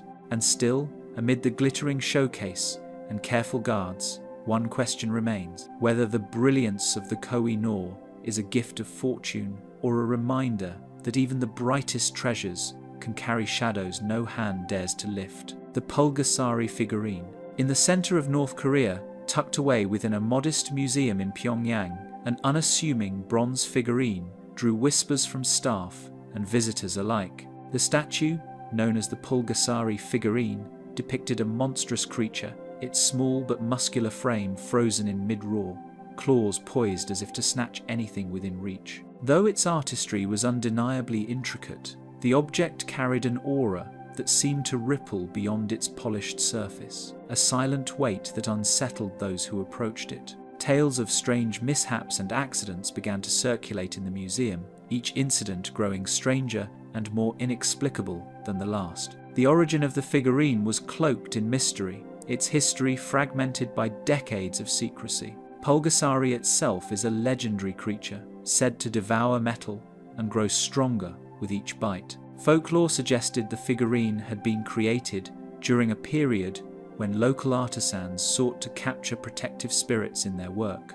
Yet, the calm admiration of these legends soon gave way to unease, as caretakers reported that display cases would unexpectedly topple, electrical systems would fail, and small fires would ignite near their pedestals without clear cause. The pattern was subtle at first, dismissed as a coincidence, but the frequency of these events increased until it became impossible to ignore. Staff members described the figurine as almost alive in its attention. Some claimed they could feel its gaze follow them, a quiet vigilance that made routine tasks feel charged with risk. Visitors recounted a sudden chill upon approaching the display, a sensation as though the air itself had thickened around the bronze. Those who attempted to move the statue for cleaning or relocation often found themselves plagued by accidents, slips, minor burns, or broken equipment. Researchers who dared to examine the Pulgasari figurine scientifically were equally puzzled.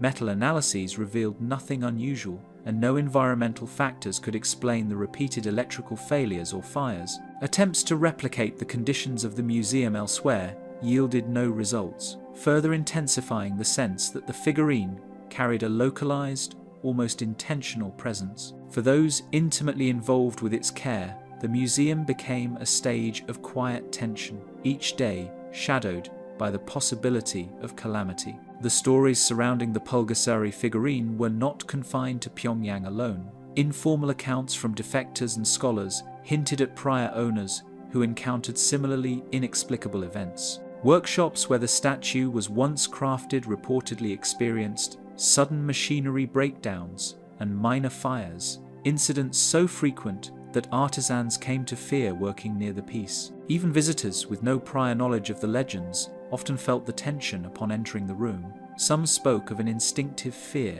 a sense that the statue's gaze could pierce intention and detect vulnerability. A few employees admitted to stepping back mid-task, sensing an almost magnetic pull that urged them to stop what they were doing. Stories circulated of museum security cameras capturing lights flickering and shadows shifting in ways that could not be explained by wiring faults or human interference. The Pulgasari figurine was no longer merely an object of historical interest. It had become a silent agent of uncertainty, a presence both tangible and elusive.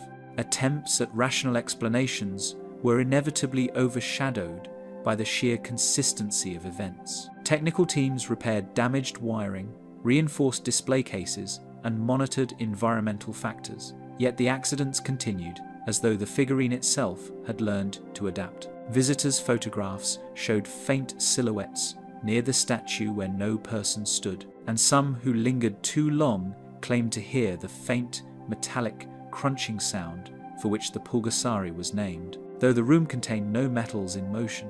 Over time, these subtle manifestations accumulated into an undeniable pattern, leaving the staff in a state of cautious vigilance. At present, the Pulgasari figurine remains on display, carefully encased, yet it continues to inspire unease among those who pass by. The museum limits the number of staff allowed near it at any given time, and incidents, though less frequent, still occur.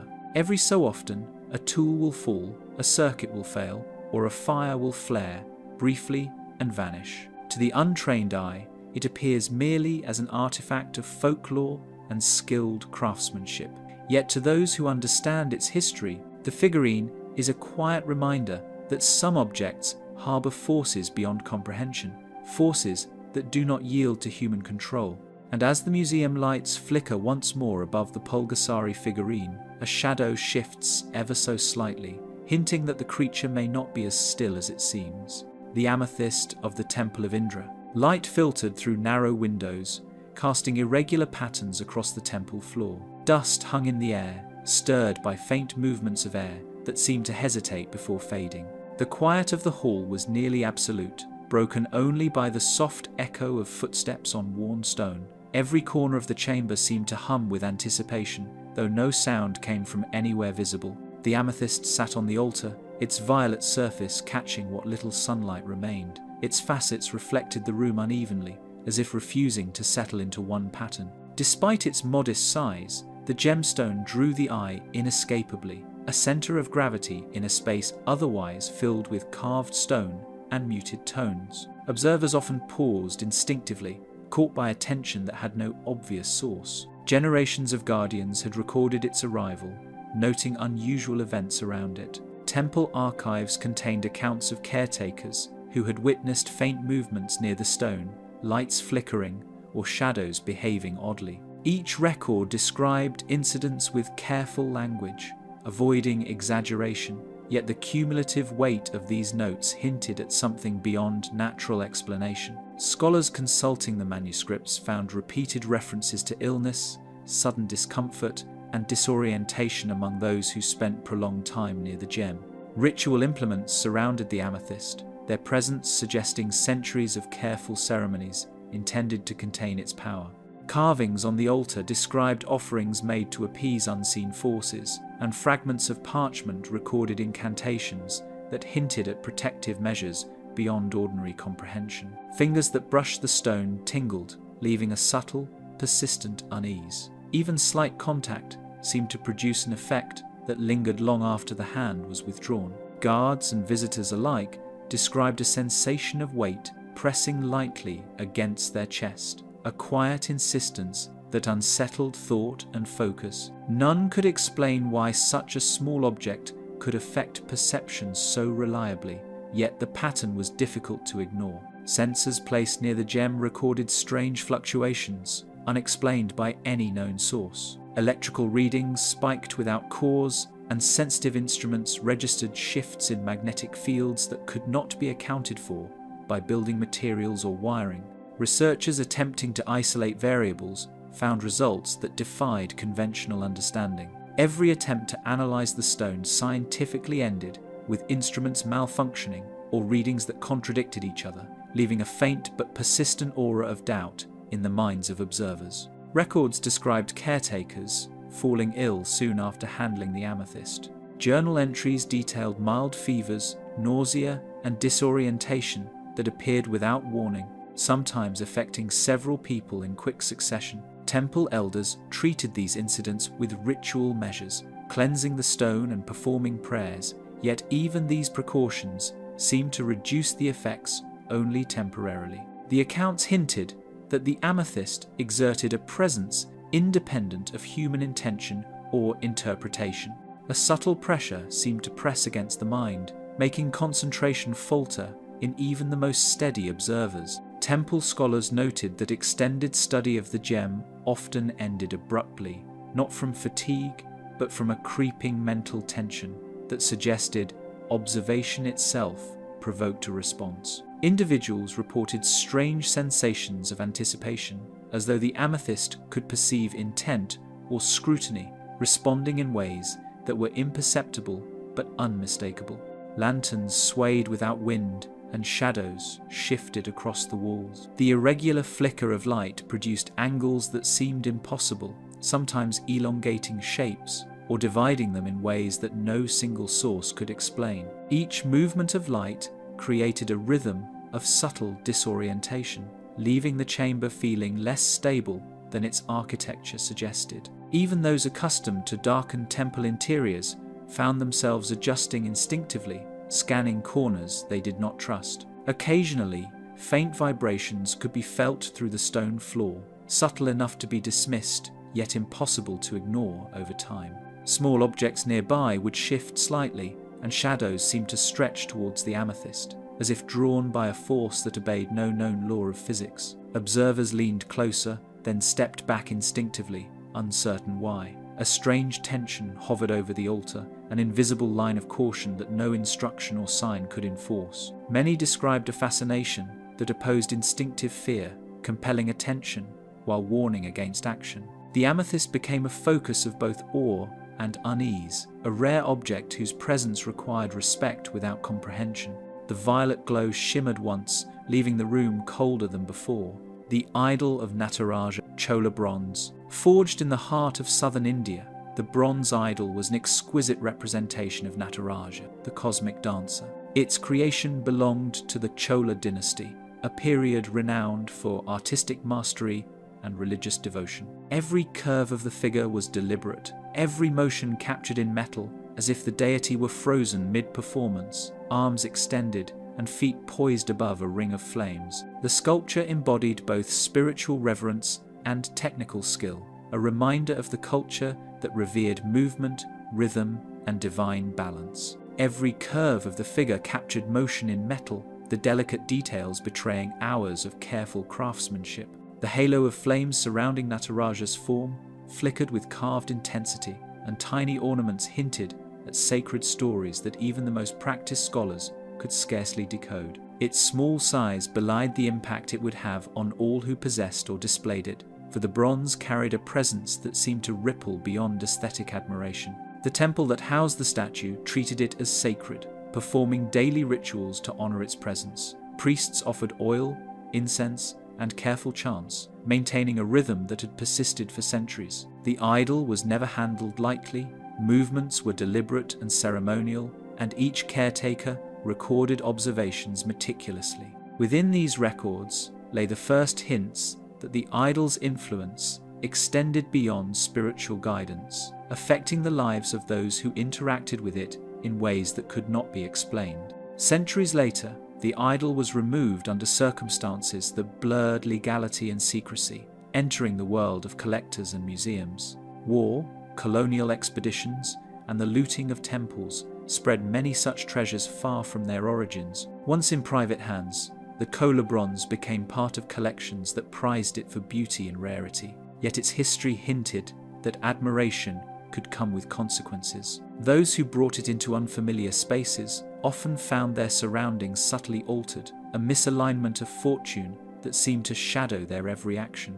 Shortly after it arrived in private hands, those who displayed it reported illness, strained fortunes, and strange accidents. Accounts from early 20th century collectors mention fevers, sudden collapses of furniture, and financial setbacks that followed in inexplicable patterns. Each incident was documented cautiously, avoiding exaggeration, but over time, a series of connected events formed a pattern that drew the attention of scholars and skeptics alike. Even observers who did not handle the idol directly noted a subtle sense of unease when near it. As it changed hands, the pattern persisted, each new owner experiencing misfortunes that mirrored the previous incidents. Auctions, shipping crates, and museum transfers seemed to amplify the artifact's presence, leaving those involved with an unspoken understanding that its beauty carried a hidden weight. Curators noted that the more the idol was admired, the more accidents clustered around it, and each movement of the bronze brought minor chaos to its immediate environment. Curators and scholars tried to isolate the idol, placing it in controlled environments, yet disturbances continued. Doors would jam unexpectedly, electrical systems would malfunction, and small injuries would occur even under strict supervision. Attempts to study the idol scientifically yielded few results, though photographs occasionally revealed unexplainable distortions or shadows that suggested something beyond mere reflection. Every precaution appeared to be temporary. The idol's presence remained persistent, subtly asserting itself wherever it resided. Photographs of the figure sometimes revealed unexpected reflections, shadows, or distortions that observers could not explain. The surface of the bronze seemed to shift with light in ways that resisted replication, creating an impression of movement even when no one was near. Scholars and technicians experimented with cameras and lighting, yet anomalies persisted. The idol became a subject of fascination and concern, admired for its craftsmanship, while quietly enforcing boundaries no human could fully control. Currently, the statue rests in a secure gallery, admired for its beauty but approached with a quiet wariness. Museum staff limit direct contact, and visitors are guided by ropes and silent signage. Yet, even behind glass, the idol exerts a subtle authority over the room, drawing attention while prompting instinctive caution. Its history, combined with the chain of unexplained events, has created a reverence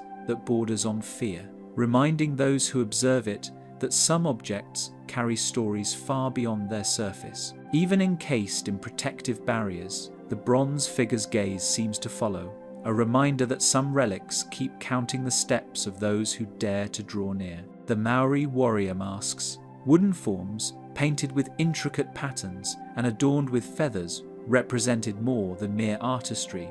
They housed an ancestral presence. Each mask carried the weight of generations, crafted to honor the spiritual lineage of Maori tribes. Their surfaces bore deep grooves and delicate etchings that recorded stories of warriors and the spirits they were meant to channel. The masks were not simply objects to be displayed. They were conduits for ancestral authority, alive in ways that defied casual observation. Tribal traditions recorded each design as a reflection of lineage, warrior deeds, and spiritual guardianship. Patterns were not arbitrary. Each swirl and line symbolized battles fought, victories earned, and the guidance of ancestors. The masks were treated with profound respect, never handled carelessly, and rarely seen outside ceremonial contexts. Guardians who cared for them spoke of sensations that went beyond sight or sound, experiences that suggested the masks had their own awareness. During ceremonial performances, the masks guided movements, shaping the wearer into a vessel of ancestral authority. Dance and ritual were inseparable, the masks providing both identity and instruction, as if every tilt of the head or flex of the arms was subtly corrected by the spirits they embodied. Participants reported a weight upon the chest and a heightened awareness, sensations that faded only after the ceremony concluded. Observers noted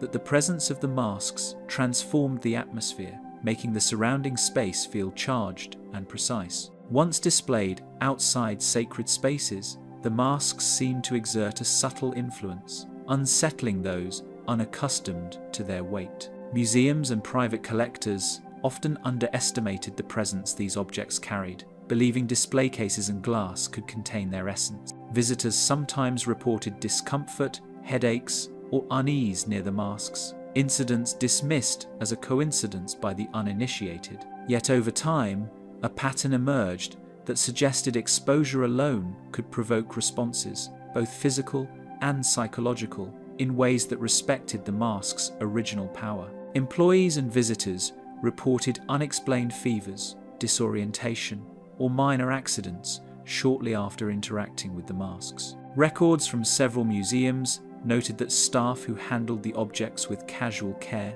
often fell ill within days, while those who maintained ritual-like attention to their movements reported fewer incidents. Even minor touches or repositioning of the masks seemed to elicit reactions, hinting at a connection between human intention and the object's subtle influence. A quiet pressure filled the air near the masks, as if their painted eyes followed the room and its occupants. People described the sensation as a gentle insistence rather than aggression, an almost imperceptible reminder that these were not ordinary artifacts. The room itself seemed to contract around the masks, drawing attention while resisting casual observation. Scholars who attempted to measure environmental changes detected nothing conclusive, leaving the phenomenon unexplained yet undeniable to anyone who spent time near them.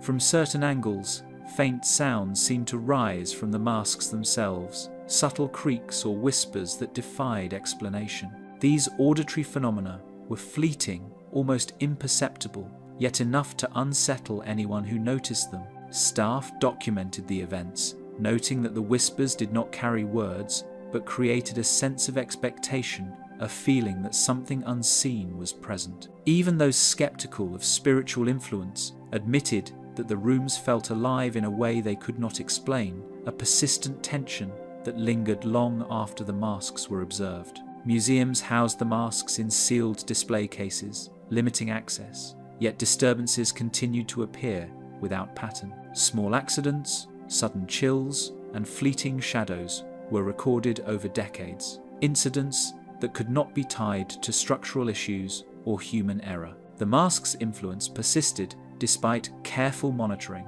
suggesting that containment alone could not neutralize their presence. Each report added to a growing understanding that these objects demanded respect beyond material considerations. Rooms where the masks were kept often felt unnaturally still or cool, prompting instinctive caution from those present. Footsteps echoed differently, and even the softest movement seemed magnified, heightening awareness of surroundings. Staff described a sense of being watched, not by another person, but by the masks themselves. This perception was consistent across multiple locations, hinting at a universal quality to the object's presence, rather than a quirk of any single environment. Elders cautioned that moving the masks from ceremonial sites could provoke ancestral guardians, a warning that sometimes went unheeded. Stories recounted families who ignored these warnings and subsequently endured misfortune, reinforcing the belief that spiritual oversight persisted even when human observation could not detect it. Such narratives were treated seriously by those familiar with Maori customs, and many institutions adopted practices designed to honor the intended context of the masks. Behind glass and barriers, the masks appeared patient, as if waiting for an eventual reckoning. The stolen Moai figurine, Easter Island. Nestled in a remote corner of Easter Island, the Moai figurine stood quietly for centuries, its stone features bearing witness to generations. Weathered by wind and rain, its carved visage conveyed a solemn presence that seemed to survey the landscape with an unspoken authority. Time had softened its edges, yet the figurine retained an aura of permanence, a silent guardian of the past that demanded respect without uttering a word. For the Rapa Nui people, Each Moai represented ancestral guardians, their silent watch of protection over villages and fields. These figures were more than monumental sculptures. They embodied the connection between the living and the spirits of those who had come before. Ceremonies and rituals ensured that the figurines were not merely ornamental, but central to the spiritual health of the community. Their gaze extended across the island, offering a sense of order, stability, and an unseen oversight that bridged centuries. When the figurine was taken from its sacred site in the 20th century, local leaders feared that the ancestral balance had been broken. Scholars and traders who removed the object seemed unaware of its deeper significance, treating it as a collectible rather than a cultural emblem. The act itself was simple in execution, yet it carried consequences that would ripple far beyond those responsible, as though the island itself had reacted to the theft. Shortly after its removal, those responsible reported accidents, inexplicable misfortunes, and a growing sense of unease. Workers fell ill without a clear cause. Shipments of the figurine encountered repeated delays, and minor disasters occurred at multiple points along its route. Each incident appeared disconnected at first, but a closer examination revealed a pattern that suggested the object exerted an influence beyond the physical, a quiet, persistent force that resisted displacement. Shipping logs, museum records, and personal accounts revealed a pattern. Wherever the Moai travelled, minor disasters followed. Crates fell from transport vehicles, documents went missing, and caretakers reported feelings of dread or fatigue. No scientific explanation could fully account for the string of coincidences, leaving those involved with a lingering unease that grew with each new mishap. The figurine's presence, even when hidden behind glass or locked away, seemed to ripple outward, touching people and environments alike. Strange phenomena accompanied the figurine even in transit, from flickering lights to sudden cold drafts that seemed to follow its crate. Handlers and observers noted that these occurrences often aligned with moments of carelessness or disregard for ritual respect. Some reported hearing faint murmurs or footsteps near the crate, although no one else was present. Attempts to record or measure these anomalies yielded nothing tangible, yet the sensations persisted, creating a tense atmosphere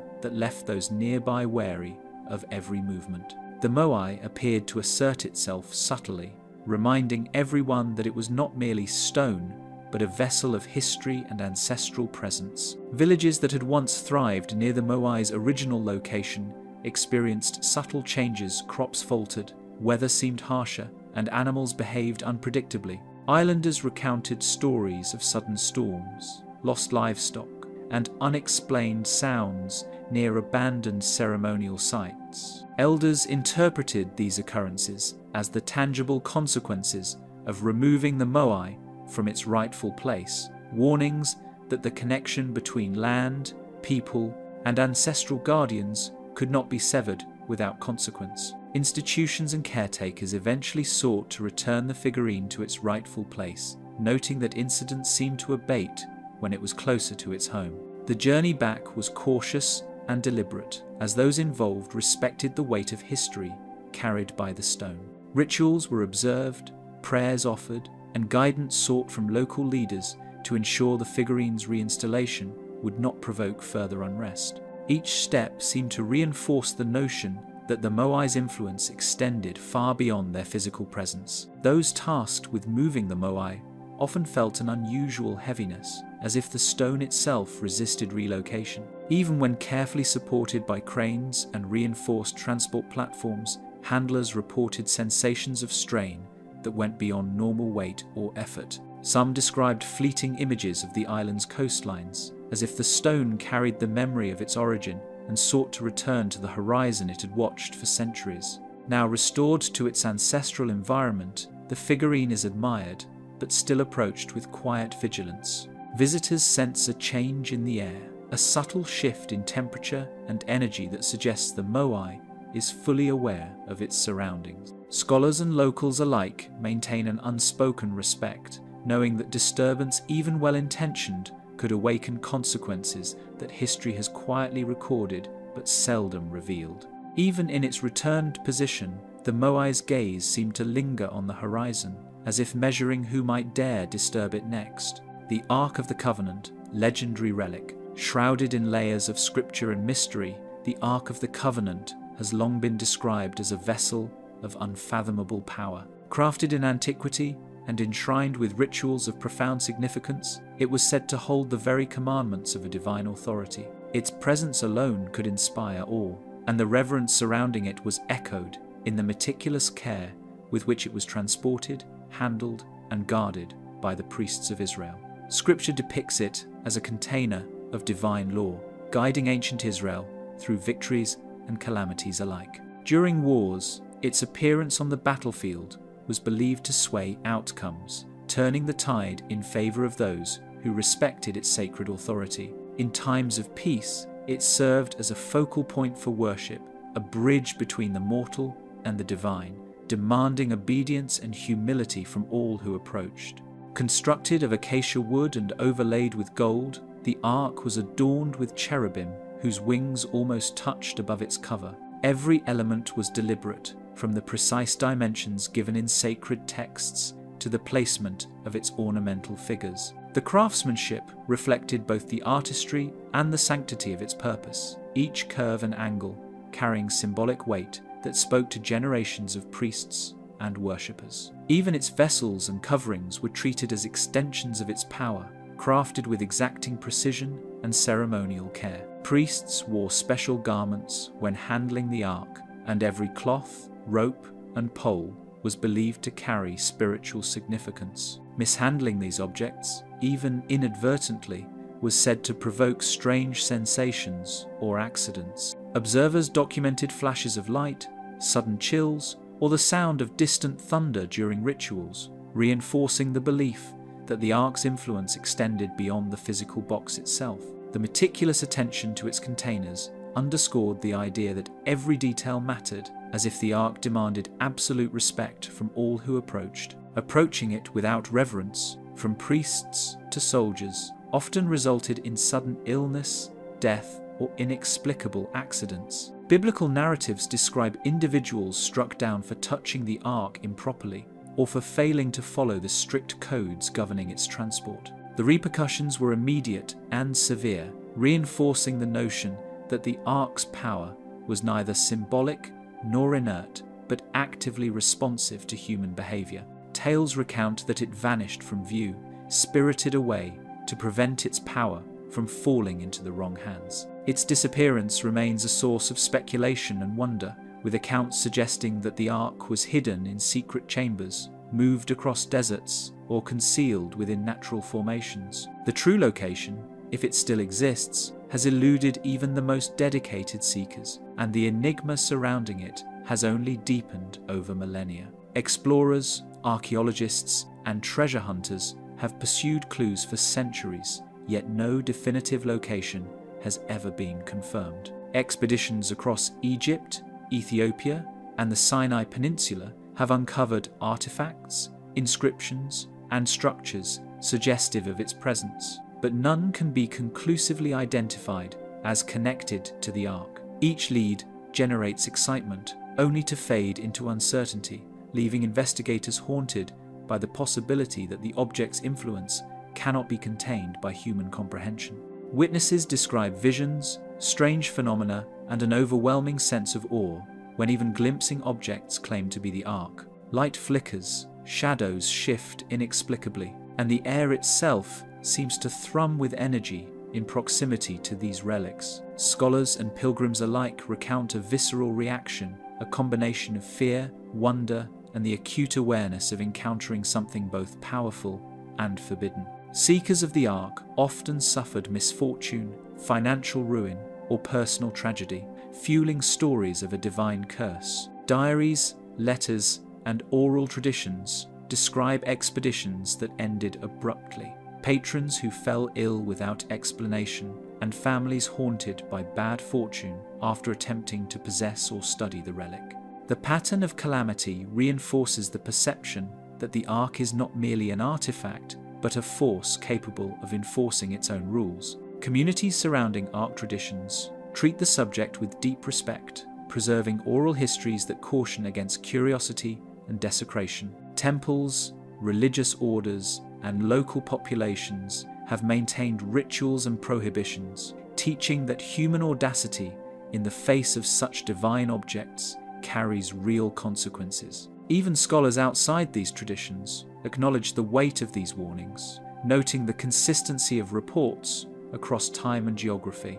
And though centuries have passed, whispers suggest that the Ark waits, its power undiminished, hidden yet watching all who dare to seek it. The Busby Stoop Inn hanging beam, the Busby Stoop Inn, tucked away in Thirsk, stands as a monument to history, its walls carrying tales whispered through time and preserved in records. Darkened timber, worn floors, and the scent of old wood carry the weight of countless visitors, each leaving a trace of themselves behind. Yet amid the ordinary hum of tavern life, one object dominates the building's reputation, the hanging beam above the staircase, infamous for the misfortune that clings to it. In 1702, Thomas Busby met his fate at a hanging near the inn, condemned for the murder of his father-in-law. Though his life ended violently, the legend that grew from it proved far darker than the crime itself. Locals speak of a curse, a lingering malice said to inhabit the beam where Busby allegedly placed his final curse, warning that anyone who walked beneath it would meet with sudden disaster. Over the centuries, this reputation has only intensified, drawing both fascination and fear from those who dare enter the inn. The beam itself, rough-hewn and weathered, stretches across the upper stairwell, its surface worn smooth in some places, while splintered in others. It is unremarkable at first glance, yet its shadow seems to move differently in dim light, and the timbers creak almost in protest as footsteps pass beneath. Patrons have remarked that the air near the beam feels heavier, as though pressure mounts on the chest without cause, and a subtle vibration courses through the floorboards, almost imperceptible, but enough to unsettle the mind. Patrons who lingered under the beam have reported sudden dizziness, inexplicable chills, and an unshakable sense of dread. Some speak of tripping unexpectedly or losing balance, while others claim to hear footsteps following them or whispering in corners long after they have moved on.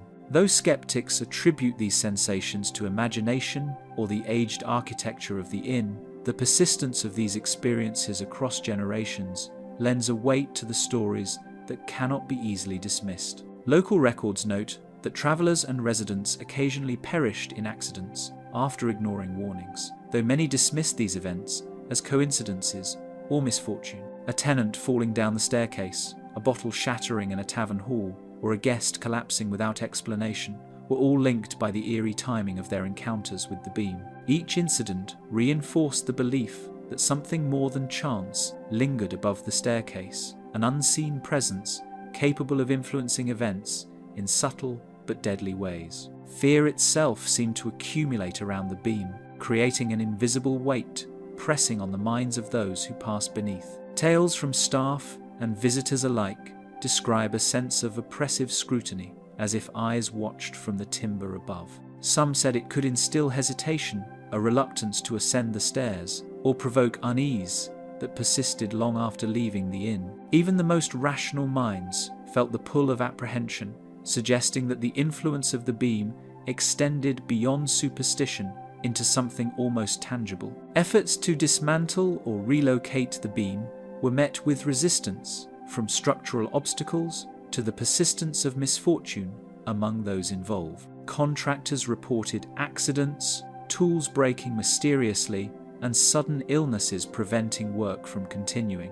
Even when minor adjustments were successfully made, the stories of misfortune only shifted to those involved in the work, leaving the beam itself untouched and unbowed. These events deepened the legend, turning what was once a simple structural element into a focal point of dread. Signs, warnings, and word-of-mouth advice discourage curiosity, emphasizing respect for the beam's notorious reputation. Innkeepers and villagers alike caution that daring to linger beneath it invites consequences, often citing long-standing oral traditions as evidence. Visitors who disregard these warnings sometimes return with tales of discomfort, exhaustion, or a lingering sense of menace, adding to the accumulating lore that surrounds the beam. A subtle tension hangs around the staircase, an invisible reminder of the lives touched by the beam's shadow. Shadows seem to shift more sharply here, and the air often feels colder, heavier, or otherwise altered. Even in the quietest moments, the sense of history, fear, and lingering malice permeates the space, as if the building itself remembers every misstep, every incident, and every whisper of dread. Whispered tales claim that the timber watches silently, ensuring that fear lingers long after footsteps have faded. The idol of Priapus from Pompeii, under layers of volcanic ash and centuries of silence, the city of Pompeii preserved countless secrets, none as peculiar as the small idol of Priapus. Buried for nearly 2 millennia, the figure emerged in fragments, its unusual features immediately attracting attention from scholars and collectors alike. While many artifacts from Pompeii were remarkable for their preservation, this particular idol carried an aura that seemed almost alive, a whisper of the strange and the forbidden echoing from its terracotta form. Priapus, a god associated with fertility and protection, was often depicted in domestic shrines, a symbol meant to ensure abundance while also warding off misfortune.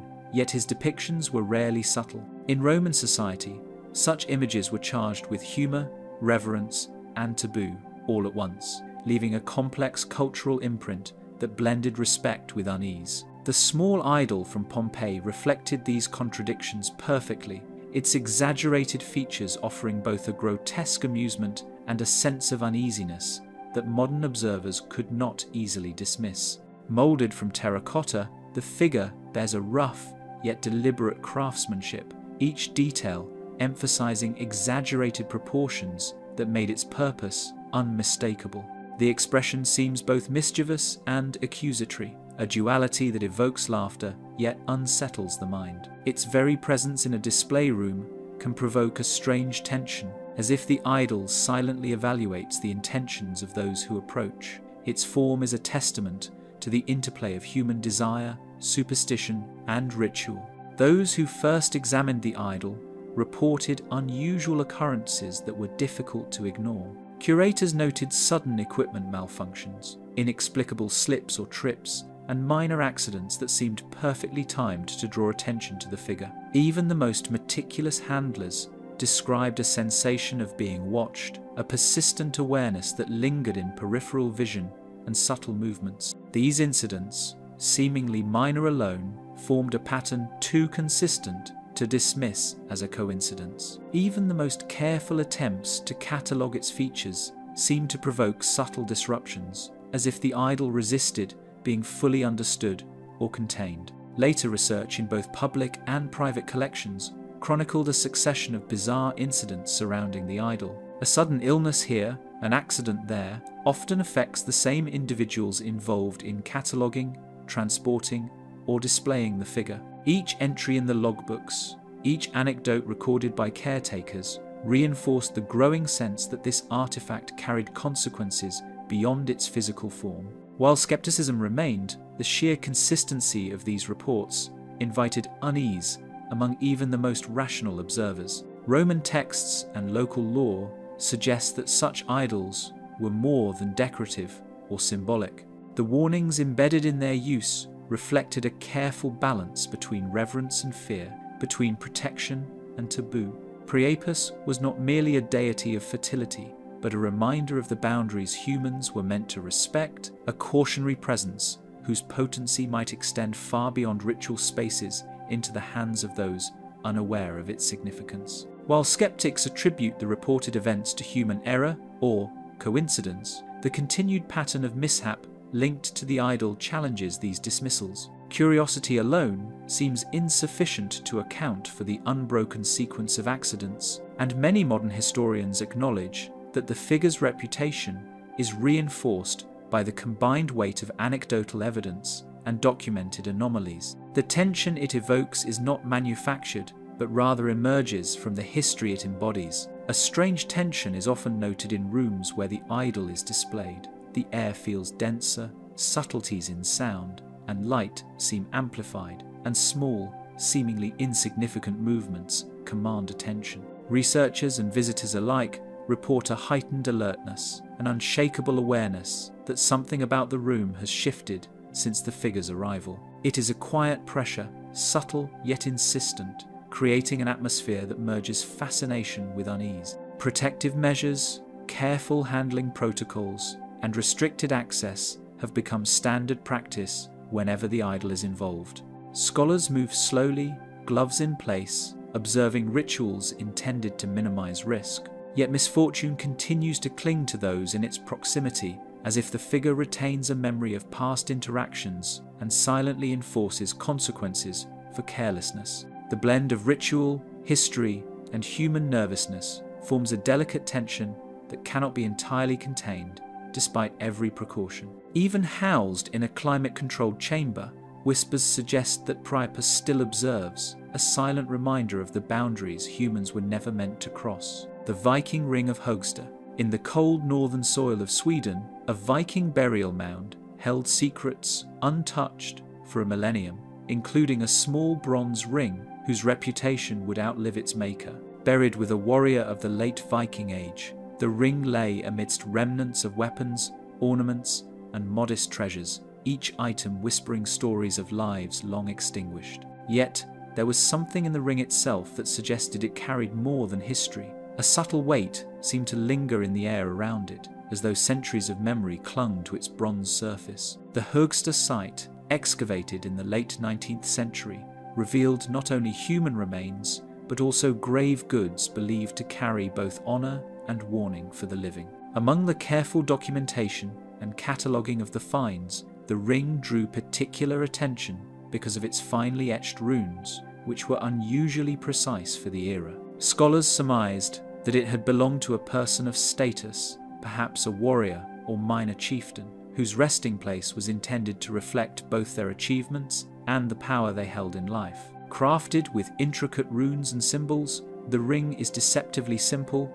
yet radiates a sense of authority and latent menace. Its band is narrow but solid, the runes carved with meticulous care, forming patterns that seem almost to pulse when examined closely. Observers often report a peculiar sensation of being watched, a sensation that does not fade when the ring is placed behind glass or in isolation. Some of the inscriptions reference protection, while others, cryptically, warn of disturbance, suggesting that the artifact was imbued with meaning far beyond its immediate aesthetic. Those who first came into contact with the ring reported ailments, inexplicable injuries, and an unsettling sense that their attention was being watched by unseen eyes. Catalogues at regional museums noted that minor accidents, tools slipping, papers scattering, unexpected bruises occurred soon after handling it. Some curators fell ill without explanation, while others experienced prolonged bouts of fatigue or vivid, troubling dreams. Chronicles from the museum archives list a series of accidents and sudden illnesses among those who handled the ring, often with uncanny timing. Letters between curators and visiting scholars describe a pattern too persistent to ignore. Individuals who spent hours examining the ring frequently reported difficulties within days, and, in certain cases, these occurrences seemed to intensify when multiple people were involved in its study. Vikings believed that certain rings could carry the power of the deceased, allowing spirits to influence or curse those who disturbed their rest. Among the Norse, burial goods were not mere ornaments but extensions of the dead, meant to ensure protection, status, and, occasionally, retribution. The Högsta ring, with its precise inscriptions and careful placement, appeared to belong to this category, a deliberate object created to safeguard its owner's memory and perhaps to assert dominance over anyone who might disrupt the grave. Even in the 20th century, researchers attempting to study the ring meticulously found themselves thwarted by minor catastrophes that defied explanation. Equipment would fail, notes would disappear, and attempts to photograph or measure the ring accurately often resulted in unusable results. Though some suggested coincidence or human error, the sheer number of similar accounts left a lingering question. Could an object so small, buried for centuries, still exert influence over the living? Rooms where the ring is displayed seem to carry an oppressive weight, a subtle reminder that some artifacts demand caution and respect. Visitors report feelings of unease, a tightening in the chest, or an inexplicable awareness of being observed. Security cameras sometimes capture fleeting movements or shadows where none should exist, and the ring's presence has inspired strict protocols for handling, yet the psychological tension it generates continues to persist. It is an artifact that commands attention not only for its historical significance, but for the palpable sense that it remains engaged with the world beyond its burial. Gloves, controlled environments, and strict protocols became standard, yet the stories of mishap persist, hinting that protective measures may not fully counteract the ring's influence. Those responsible for its care maintain careful logs, yet the pattern of minor but unusual incidents continues, subtly reminding anyone involved that certain artifacts carry more than historical weight. They bear the lingering will of the past, and perhaps a measure of its wrath. Though secured and catalogued, the Viking Ring of Högsta continues to radiate a silent vigilance over anyone daring to approach. The Maori Taung funerary treasures. Centuries of wind and rain had passed over the sacred burial mounds before the treasures within saw the light of day. Hidden beneath layers of earth, the Tonga lay undisturbed for generations, carrying with them the silent echoes of those who had long since returned to the spirit world. Each mound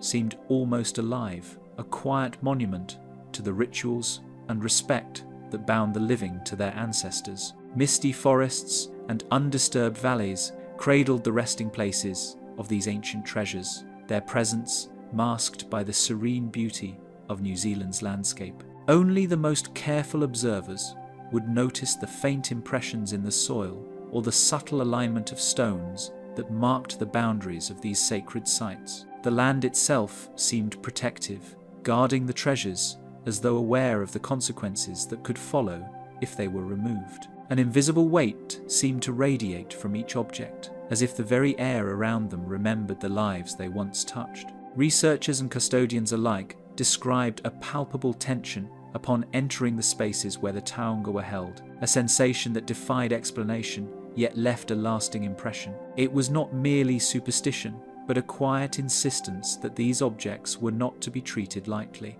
Bone, jade, and carved wood gleamed faintly under the soft light of excavation lamps, each texture humming with stories that could not be spoken aloud. The craftsmanship revealed an extraordinary attention to detail, and yet the beauty of the pieces was overshadowed by an unsettling aura. Every curve, every engraved pattern seemed to carry both reverence and warning, a language of respect encoded into the materials themselves. Faint scents of earth and resin seemed to cling to the treasures, a reminder of centuries spent beneath soil and foliage. Even the light that touched their surfaces appeared to shimmer differently, revealing textures and symbols that vanished when glanced at from another angle. It was as though the Taoing communicated in ways beyond speech, signaling their presence and insisting on attention from anyone nearby. Legends whispered that the spirits of the departed lingered close to their treasures,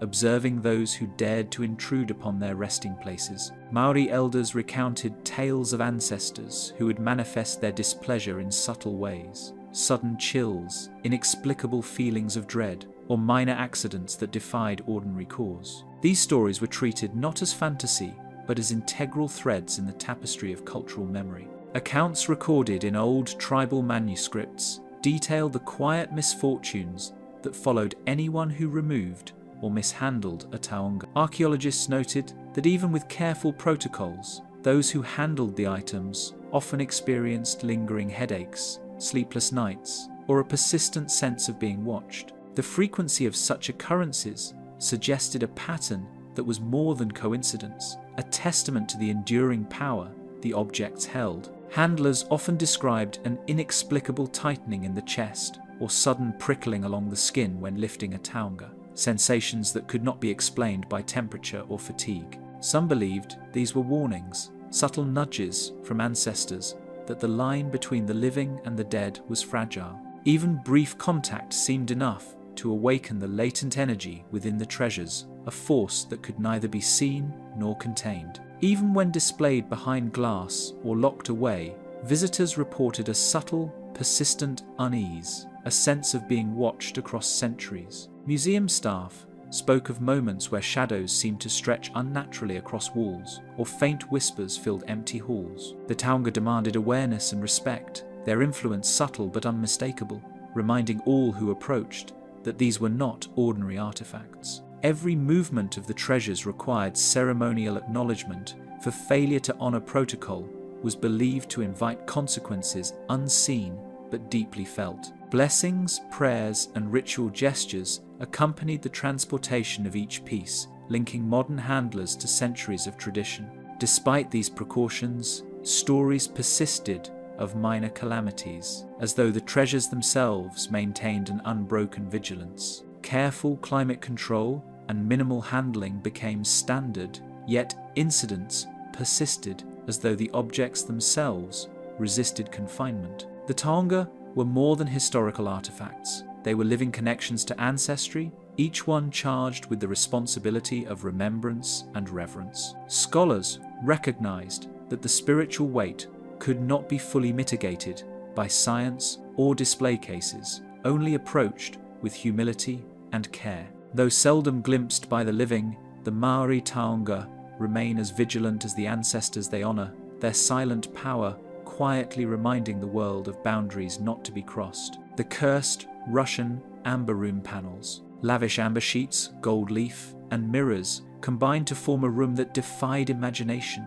a masterpiece designed to reflect both light and power. Every panel seemed to capture a fragment of sunlight, transforming ordinary illumination into a golden glow that enveloped anyone who entered. The craftsmanship was meticulous, each piece of amber polished to perfection, every joint of gold and wood carefully aligned to create an illusion of endless depth. Commissioned in the 18th century by Frederick I of Prussia and later gifted to Peter the Great, the panels became more than decoration. They were symbols of prestige and influence. The amber room's fame grew as dignitaries travelled to witness it, their awe mingling with envy, each visit marking the room as an object both admired and feared. Its golden surfaces mirrored not only faces but the fragile ambitions of those who stood before it, reflecting aspirations that were sometimes realized and often betrayed. Over decades, rulers and courtiers coveted the room, each viewing it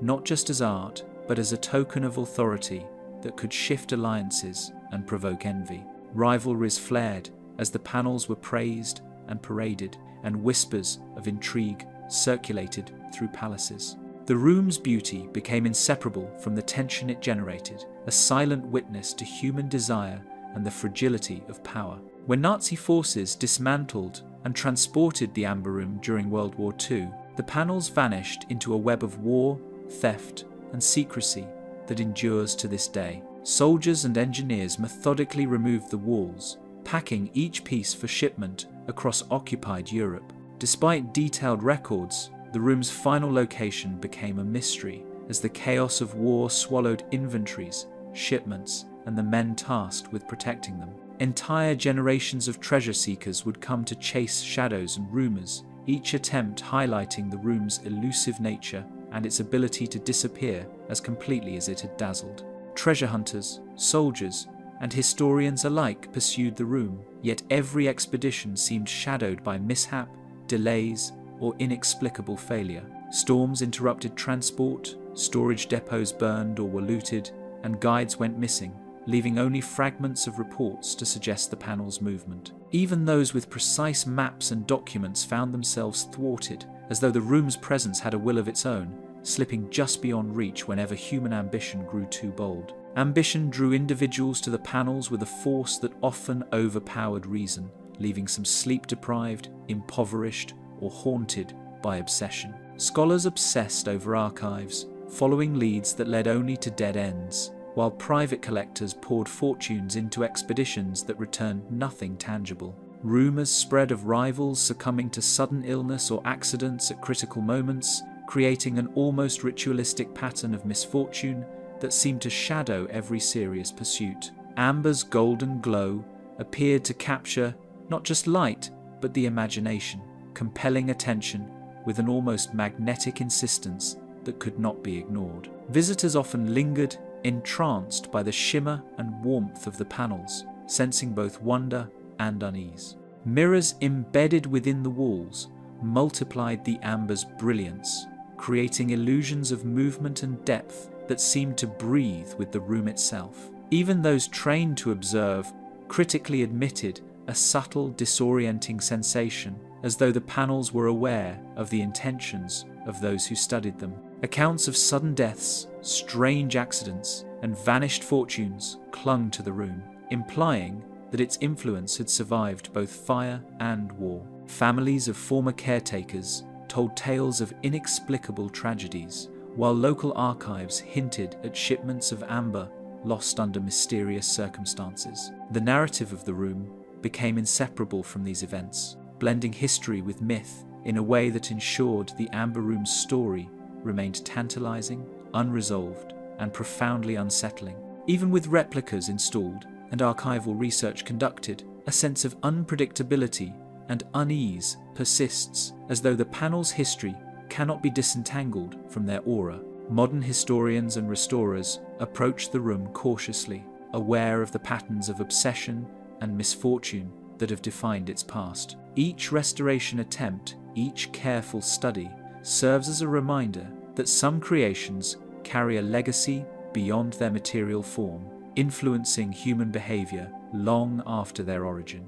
Absent yet unforgettable, the amber room panels continue to linger over history, quietly challenging anyone daring enough to reveal their secrets. The idol of Lem's twin, Berlin goddess. Unearthed during renovations beneath Berlin's old quarters in the early 20th century, the limestone idol immediately captivated researchers with its precise, enigmatic features. The figure's proportions were both familiar and unsettling, evoking classical sensibilities while maintaining a distinct aura of otherworldly authority. Its discovery site, a labyrinth of vaulted cellars and forgotten passages, seemed to enhance the statue's potency, as if the darkness itself conspired to preserve the secrets embedded in its stone. Its style echoed sacred figures from distant regions, hinting at a journey that spanned continents long before modern records could trace it. Scholars noted subtle carvings on the base and along the limbs,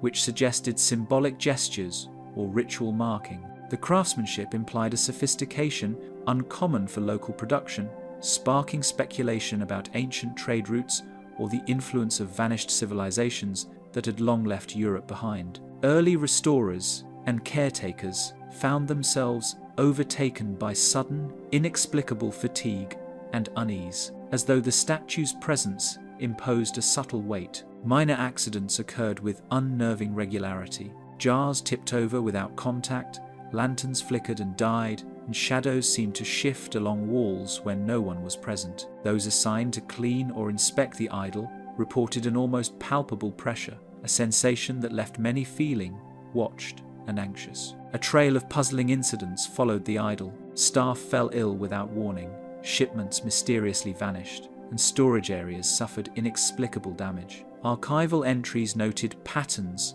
that could not be rationally explained, an odd consistency in mishaps that centered entirely around the presence of the statue.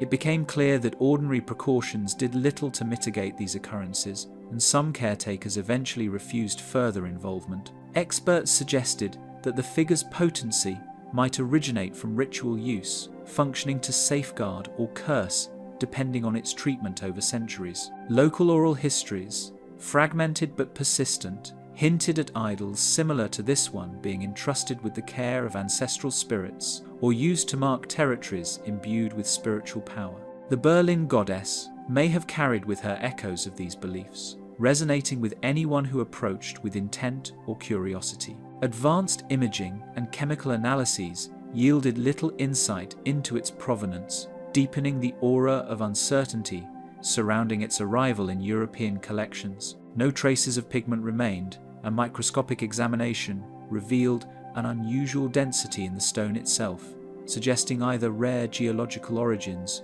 or deliberate manipulation by human hands. Attempts to determine the idol's age through standard testing produced inconsistent results, leaving researchers unable to place it definitively in any known era. The space surrounding the idol often produced unease among attendants and visitors alike, as though the figure projected an invisible presence into the surrounding area. Individuals reported fleeting glimpses of shapes moving just beyond the periphery of vision, cold drafts in enclosed areas, and an oppressive silence that would descend without warning. The phenomenon was subtle, almost imperceptible at first, yet cumulative exposure seemed to magnify its effects, leaving some unwilling to return.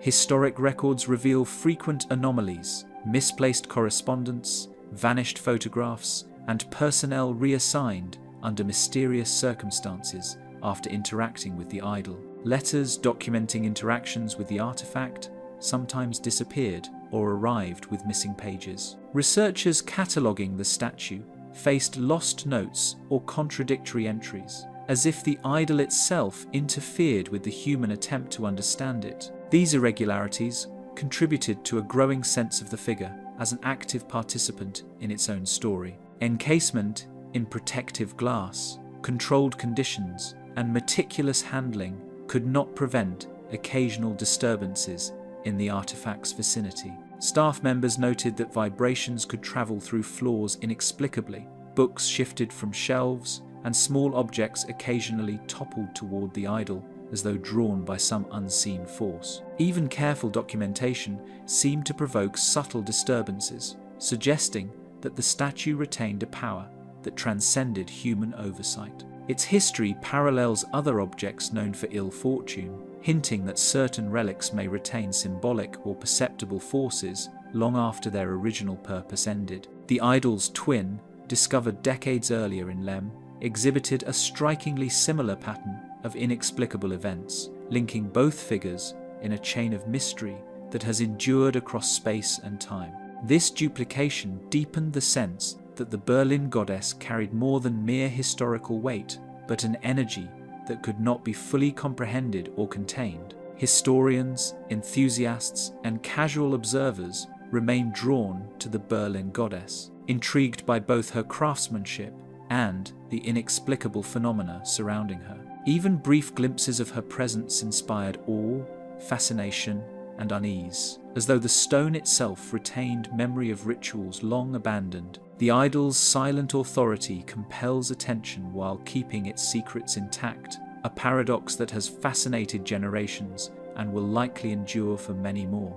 Secured, yet ever watchful, the Berlin goddess seems to silently test anyone daring to probe the secrets she has carried across centuries. The Black Prince's ruby, actually a spinel, deep within the mines of Asia, a crimson stone first caught the eyes of traders, its fiery glow unlike anything seen before. Its hue was immediately associated with royalty and power, a vivid red that seemed to pulse with life under sunlight and torchlight alike. Long before it reached European courts, the stone passed through the hands of merchants and rulers in Persia and India, each transaction adding layers to its emerging legend. Through generations of monarchs, the gem passed quietly from crown to crown, entwined with ceremonies and dynastic ambitions. English royalty prized it above many other jewels, and by the mid-14th century, it had become a prized possession of Edward, the Black Prince. The stone was set with care in ceremonial regalia,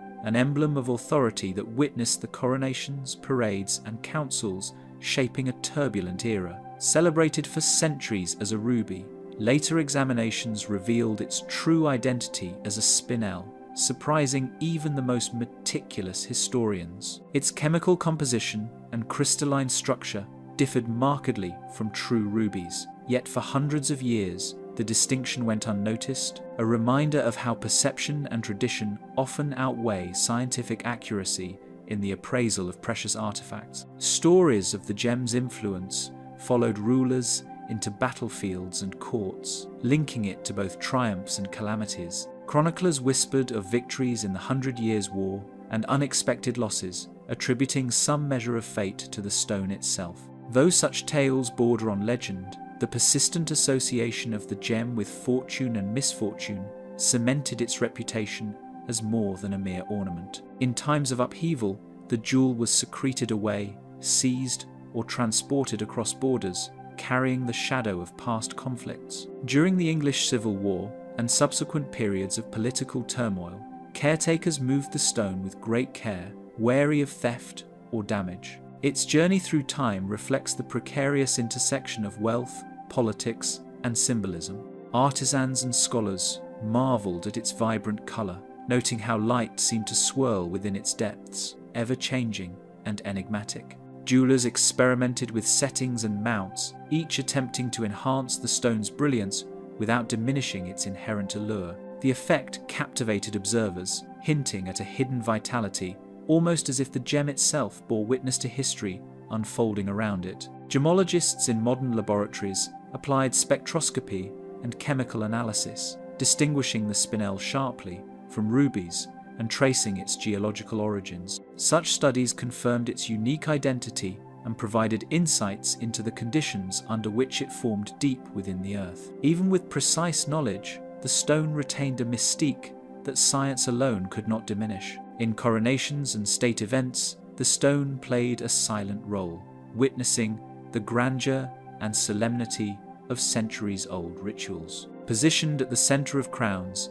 it captured light and attention alike, silently reinforcing the authority and presence of the sovereign. For those present, it seemed almost alive, an object that commanded respect and reverence beyond its material worth. Historical anecdotes suggest that possession brought both unexpected fortune and sudden misfortune, reinforcing the stone's aura of mystery. From sudden deaths to inexplicable reversals of political power, the ruby or spinel was frequently credited with subtle interventions in human affairs. Such tales, whether true or embellished, ensured that it was regarded with both awe and caution. Kept under strict security today, the Black Prince's spinel continues to draw fascination, a tangible link to a history rich with intrigue and human ambition. Scholars, enthusiasts, and visitors alike are drawn to its deep red fire,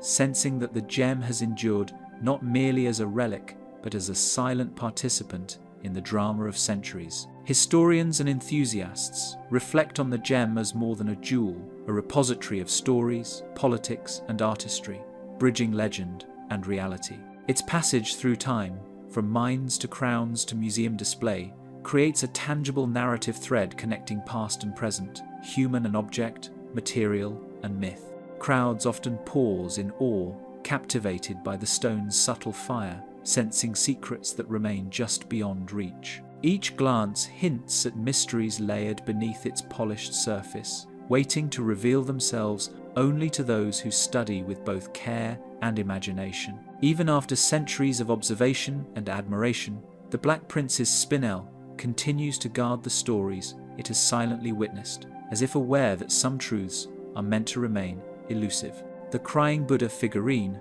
Thailand. In a quiet temple tucked along the banks of the Chao Phraya River, a small porcelain Buddha figurine sat unnoticed for decades, its glossy surface etched with delicate tears that seemed to glisten even in dim light. Local worshippers spoke of the figure with a mixture of reverence and unease, noting that it had been part of the temple's private altar for generations, yet its story was rarely told beyond the immediate clergy. Dating back to the late Ayutthaya period, the figurine reflects a time when craftsmanship and spiritual devotion intertwined seamlessly, imbuing each object with layers of meaning. Its creation was likely the work of an anonymous artisan who followed ritualistic methods to infuse the piece with spiritual presence, a practice common in Southeast Asia during the 17th century. Rounded features, a serene posture, and eyes streaked with painted tears give the figure an air of perpetual mourning that seems to draw attention from all who pass by. Scholars have noted that the tears were carefully applied with a subtle gradient, suggesting an intent to evoke emotion rather than simply decorate, a nuance rarely seen in mass-produced devotional objects of the era. Monks and temple visitors alike reported that its appearance sometimes shifted slightly under different angles and lighting, as if the figurine itself responded to the room's energy. Some have described the effect as a fleeting shadow or a subtle shimmer across the porcelain, a phenomenon that remained unexplained even after careful examination. Accounts recorded in temple logs describe minor illnesses, sudden accidents, and abrupt disruptions in households where the figurine had been brought for blessings. Though none of these events were ever formally documented in civil records, oral histories passed down among local families repeatedly link the figurine to unanticipated misfortune, creating an aura of quiet apprehension. Curators visiting from Bangkok observed subtle variations in the glaze under ultraviolet light, revealing hidden inscriptions along the base that suggest protective chants or warnings were once etched and later obscured. These markings, nearly invisible to the naked eye, hint at a layered spiritual function, indicating the figurine was not merely decorative, but deliberately encoded with ritual significance. Within Thai Buddhist practice, small Buddha effigies often serve as protective talismans, yet this particular piece carries an unusual reputation for warning and lament. Ceremonial texts reference objects imbued with concentrated spiritual energy, but the crying Buddha's persistent emotional expression sets it apart, suggesting a purpose beyond mere protection. Researchers examining the figurine noted that natural wear and humidity could explain minor surface changes, but other details like the faint alteration of its gaze or the occasional intensification of its tears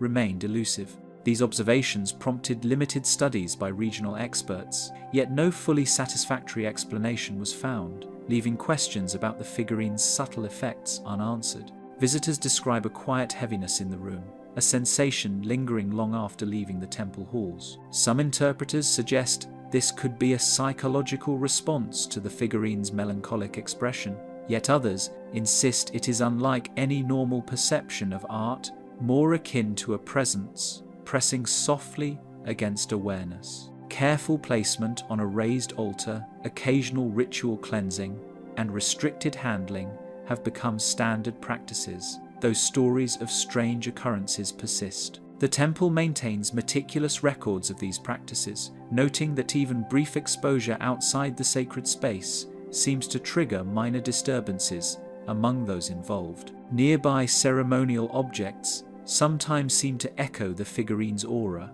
as if a quiet network of energy binds them together. Observers have reported that incense smoke, flickering candlelight, or even the shifting of sunlight through temple windows can cause multiple artifacts to appear momentarily animated, an effect that deepens the sense that something unseen connects these treasures. Local folklore recounts that during thunderstorms, the figurine's tears sometimes appear to swell, reflecting light like liquid amber, prompting villagers to regard it as a barometer of unseen forces. This phenomenon, consistently reported yet rarely witnessed by outsiders, adds another dimension to its enigmatic presence, linking natural events with the object's perceived spiritual potency. Travelers and scholars from across Southeast Asia seek the figurine, drawn by accounts of its unusual influence. Most leave with a lingering unease, a subtle impression that the figurine observes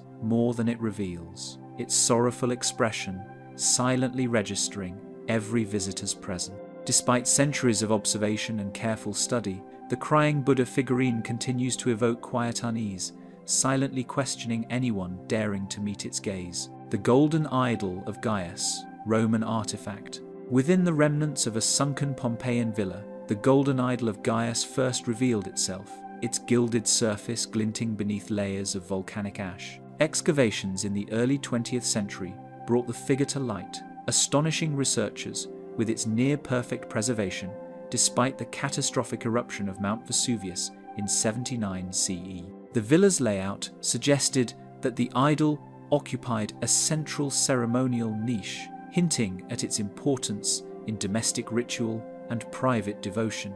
Contemporary Roman inscriptions suggest that similar votive figures were commissioned to demonstrate piety and assert the wealth of the patrician class. Records from surrounding settlements indicate that owners of such idols were often members of influential families, and the figures themselves were believed to serve as silent witnesses to both devotion and transgression. This cultural weight imbued the golden idol of Gaius with significance far beyond its modest size. Standing scarcely 20 centimeters tall, the figure exudes meticulous craftsmanship, from its engraved toga folds to the delicate tilt of its gaze. Minute details, such as the curling of hair and the subtle positioning of the hands, reflect an artisan's precision and perhaps an intention to convey more than mere ornamentation. The gilding remains luminous, contrasting sharply with traces of volcanic residue, creating a surreal sense that the figure emerged untouched from centuries of burial. Those who lifted the idol for examination reported sudden dizziness and minor mishaps, prompting caution in subsequent handling. Curators and researchers described feeling inexplicable tension in the air, as though the figure's presence demanded careful attention. Even experienced staff found themselves pausing in silent reverence, unsure whether the sensations were psychological or something more. Misfortunes were often reported at the exact moments when sunlight touched the figure's gold, as though it stirred under the light. One visitor reportedly slipped and fractured a wrist while attempting to photograph it under natural light, while another fainted in close proximity during a cataloguing session. These repeated incidents strengthened the artifact's reputation for subtle but persistent influence. Romans held that certain sacred figures could serve as conduits between mortal and divine, conveying favour while silently warning intruders. The golden idol of Gaius likely functioned in this dual capacity, rewarding ritual attention while deterring careless interference. Such beliefs persisted into later periods, with anecdotal reports suggesting that misfortune followed those who handled the idol without respect. High-resolution scans and spectral analyses repeatedly returned corrupted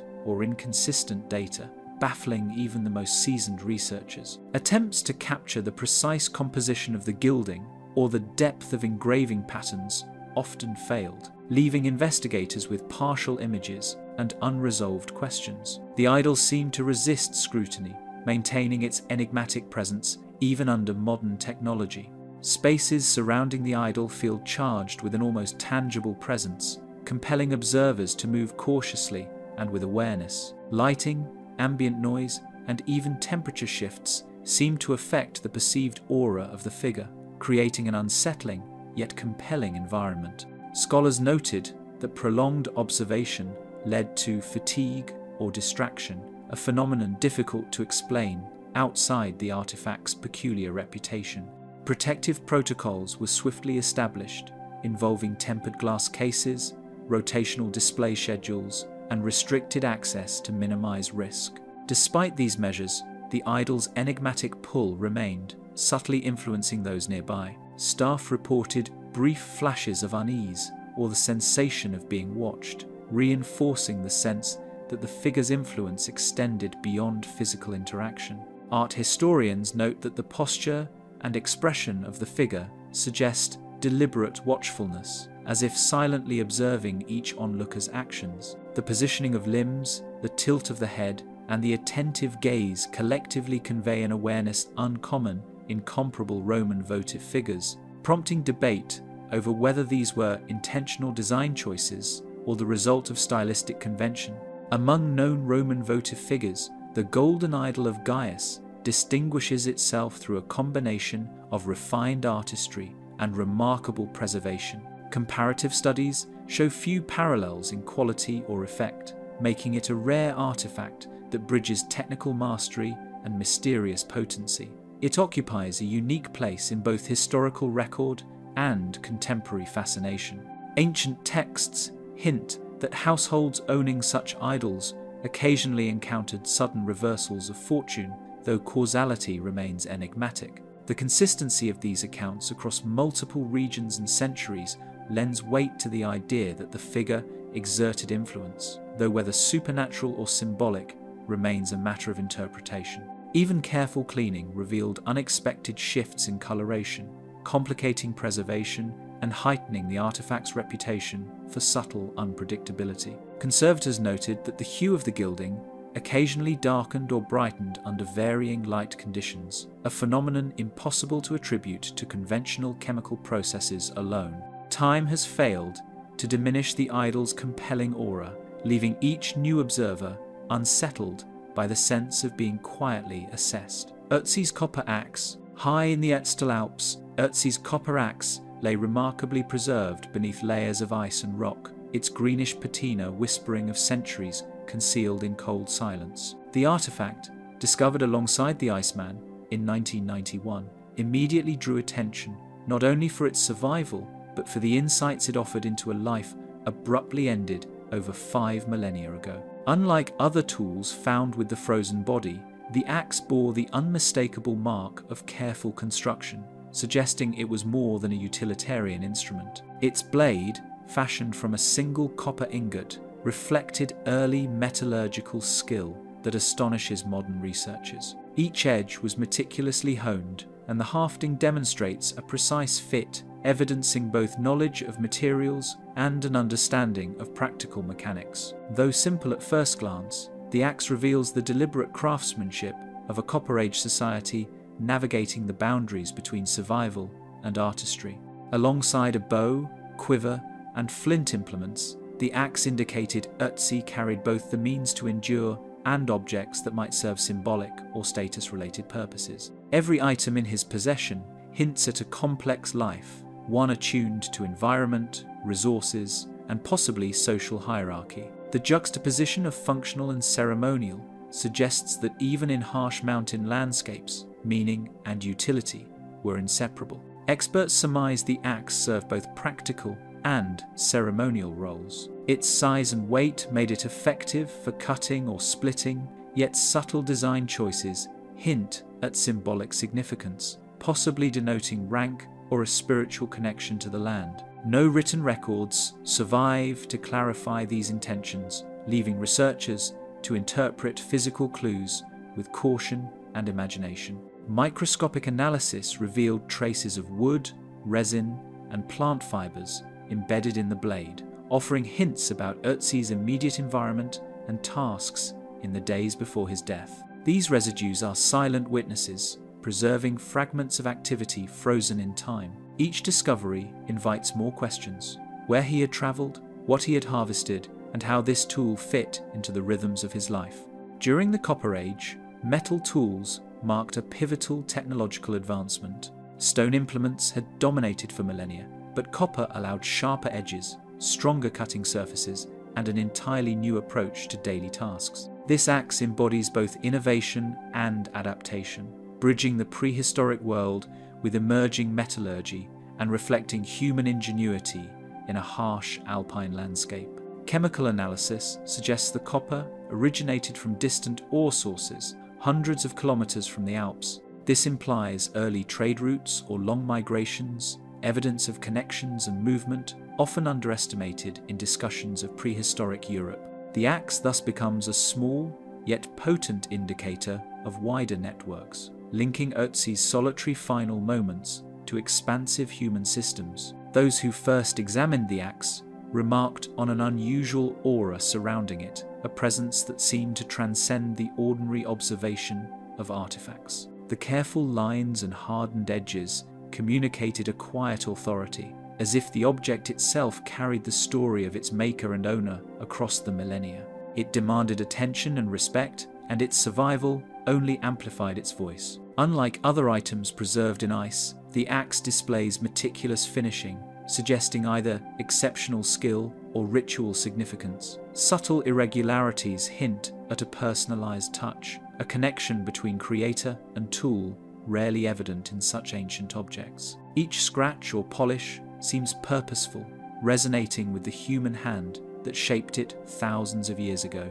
Metal tools in Copper Age culture often carried symbolic weight, denoting power, skill, or spiritual protection. The axe's presence among Ötzi's possessions could reflect more than practicality. It may have served as a talisman, a protective object, or a marker of social identity. Its survival in ice ensures that these interpretations are informed by both material science and anthropological insight. Preservation has been meticulous, with controlled humidity, display cases, and careful handling preventing further corrosion. Yet even with these measures, the axe communicates a silent story. Each viewing invites observers to contemplate life, death, and the technology that both sustains and defines human existence. Its details reveal complexity, but its full story remains elusive. The copper axe embodies a convergence of survival, skill,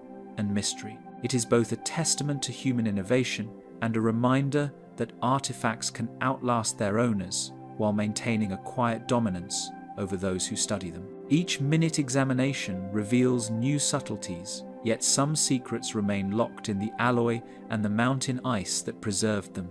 Though analysed, catalogued, and displayed, the copper axe continues to hint at secrets of a man and a world long vanished beneath the alpine ice. The terracotta army's bronze weapons. Across the plains of Xi'an, an army of clay soldiers guards an arsenal that has remained silent and formidable for over 2,000 years. Buried beneath layers of earth, these bronze weapons were intended not only for combat, but to accompany Qin Shi Huang into the afterlife. Their meticulous arrangement, a reflection of both imperial authority and spiritual vigilance. Each spear, sword, and halberd seems suspended in a frozen moment, poised as if awaiting orders that will never come. Close inspection of the bronze reveals an alloy composition that hints at techniques ahead of its time, blending utility with ceremonial sophistication. X-ray fluorescence and metallurgical analysis have shown traces of tin, lead, and copper in precise ratios, indicating deliberate experimentation to balance strength and flexibility. Many of the blades maintain remarkably sharp edges, while spearheads show a resilience that would have been formidable on the battlefield. The evidence of skillful casting and finishing demonstrates a culture deeply invested in both function and symbolism, where each weapon was a statement of power, protection, and permanence. Millennia under Earth have left the swords and spears in an almost pristine state, a puzzle that continues to challenge experts in artifact conservation. The burial environment, dry, mineral-rich soil, covered by large protective pits, appears to have slowed corrosion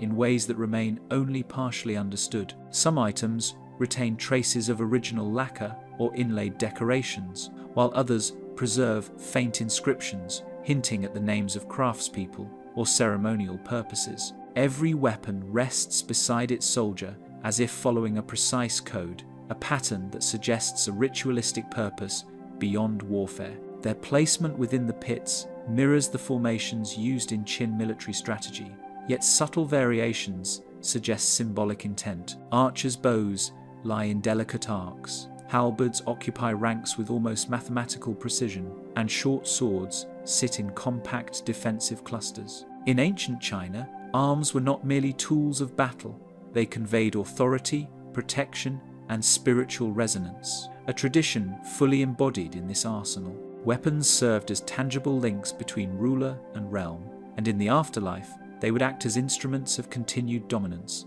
The terracotta army's bronze implements embody this dual purpose, their design carefully balancing aesthetic beauty with practical resilience. A single halberd bears fine notches along its shaft, subtle marks that may record the identity of a craftsman or a ritual owner. Similar inscriptions have been found across dozens of other weapons, sometimes numbering sequences, symbols of auspicious omens, or the seal of a particular workshop. These details suggest a system of accountability and honor among the artisans, where the hand of the maker left a lasting trace, a signature that would echo through the centuries in silence beneath the soil. Those tasked with cataloguing and cleaning the arms report an almost tangible tension, as if the weapons carry traces of their long-dead bearers. Gloves and controlled handling protocols are mandatory, yet conservators often describe a subtle psychological weight, an unsettling awareness of being observed. Side by side with contemporaneous artifacts, the terracotta army's weapons stand out for their durability, weight, and precision, defying expectations for the era. While other sites from the Warring States period reveal primitive casting or quick, rough-hewn arms, the Qin arsenal exhibits sophistication bordering on scientific mastery. Each piece was engineered to last, a deliberate effort to achieve both permanence and authority in life and beyond. Some blades and spearheads display shapes that appear impractical for battle, leaving historians divided over whether they served symbolic or combative functions. Curved edges, ornamental inlays, or unusual proportions hint at ceremonial roles, perhaps for rituals intended to bless the emperor or ward off spiritual threats. The mineral-rich soil and unique burial conditions may have contributed to the uncanny preservation, adding an element of natural mystery to the human ingenuity. Environmental analysis suggests subtle interactions between metals,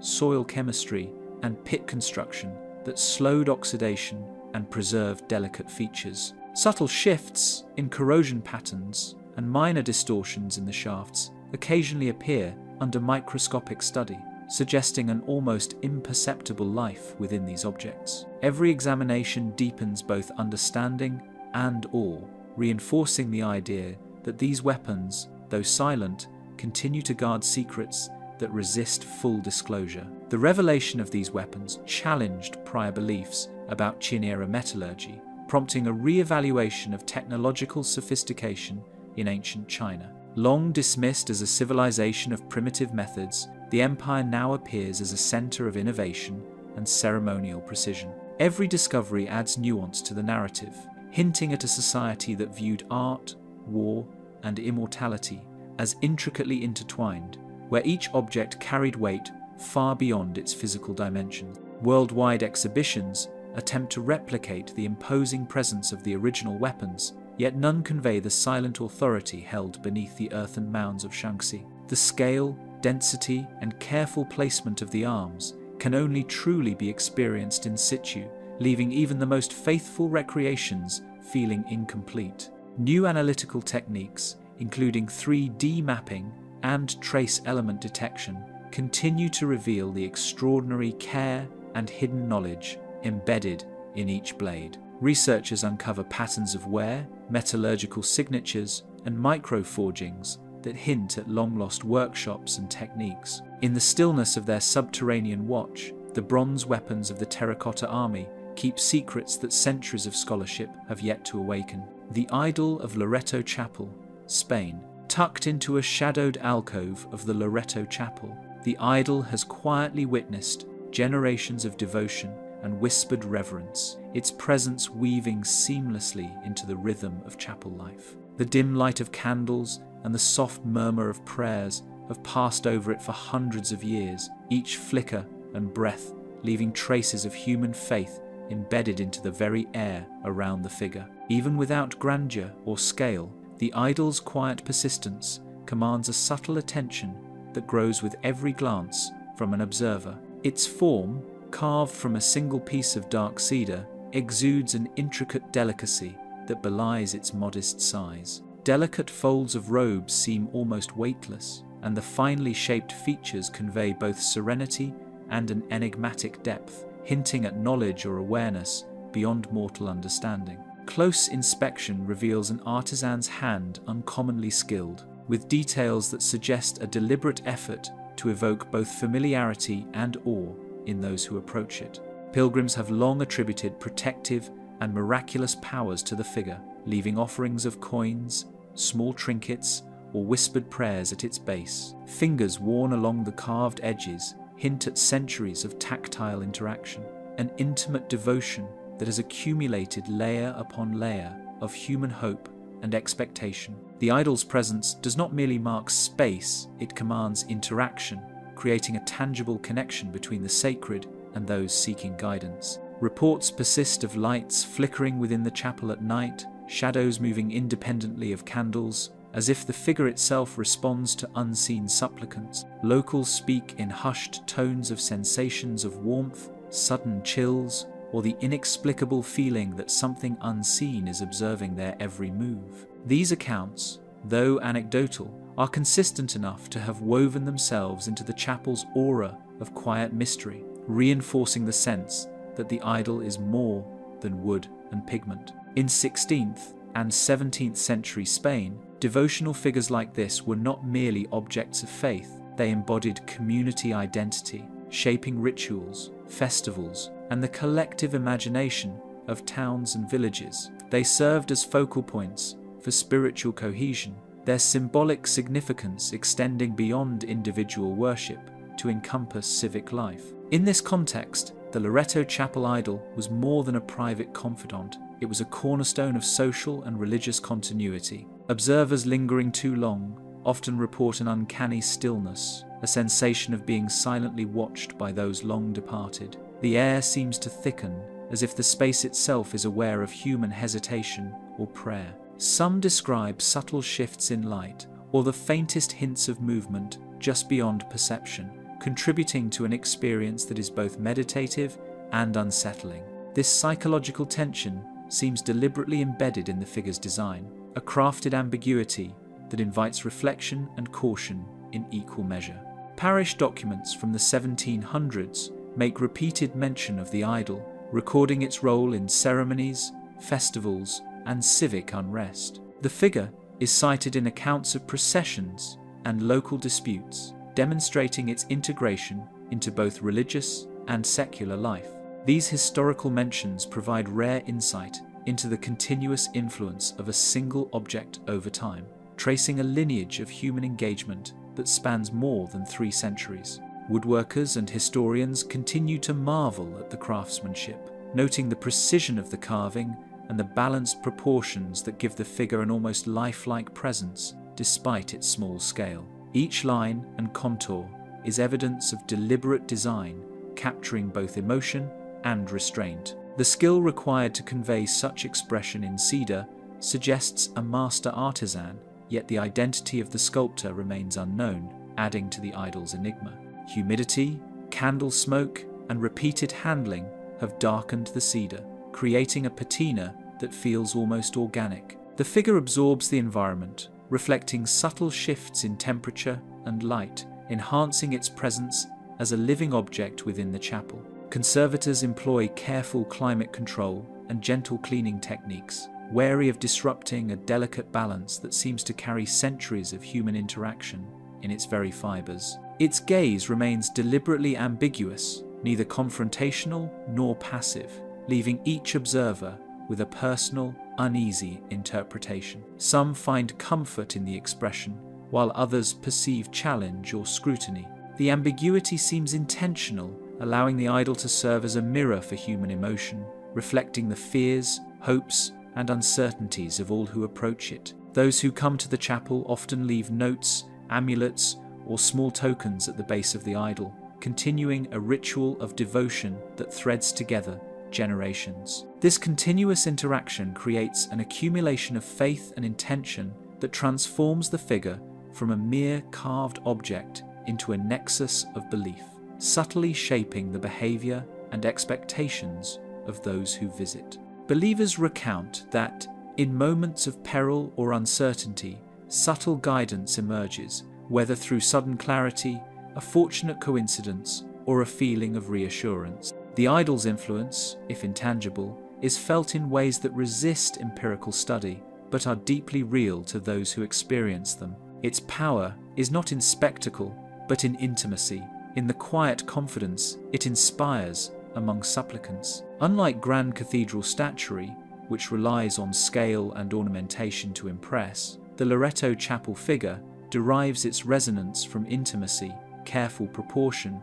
and the repeated attention of countless generations. Its impact is cumulative, built through centuries of human attention and reverence, rather than through monumental artistry alone. Soft sunlight filtering through stained glass animates the figure unpredictably throughout the day, casting changing shadows that give the illusion of motion or expression. These shifting patterns draw the eye and mind alike, creating a dynamic presence that can never be fully mapped or anticipated, a subtle reminder of the mysteries contained within a single, small object. Extensive records and careful study have yet to reveal the sculptor's identity or the circumstances that brought the figure to the chapel, leaving fundamental questions unanswered. The figure's origins, its initial purpose, and the reasons for its enduring presence remain shrouded in the same quiet secrecy that has characterized its existence since its arrival. Devotion across the generations has not dulled the Loretto Chapel idol's quiet vigilance, leaving each new observer aware that some presence cannot be catalogued or measured. The Uluburun shipwreck cursed cargo. The waters off the Uluburun coast have long concealed secrets from Bronze Age trade, but none as striking as the ship that vanished over 3 millennia ago, carrying a cargo of immense value and enigmatic purpose. Its sudden disappearance left little trace in historical records, and only the mercy of the Mediterranean's shifting sands preserved its story for modern discovery. When divers finally located the wreck in 1982, the scattered remnants spoke of sudden catastrophe, each fragment a whisper from a voyage interrupted by forces unknown. Bound for distant ports, the vessel transported copper ingots, ivory, glass beads, and intricately crafted ornaments, each item a tangible link between civilizations separated by hundreds of miles. The combination of practical goods and ceremonial objects suggested a journey of both commerce and status, a passage that would have demanded careful negotiation and protection.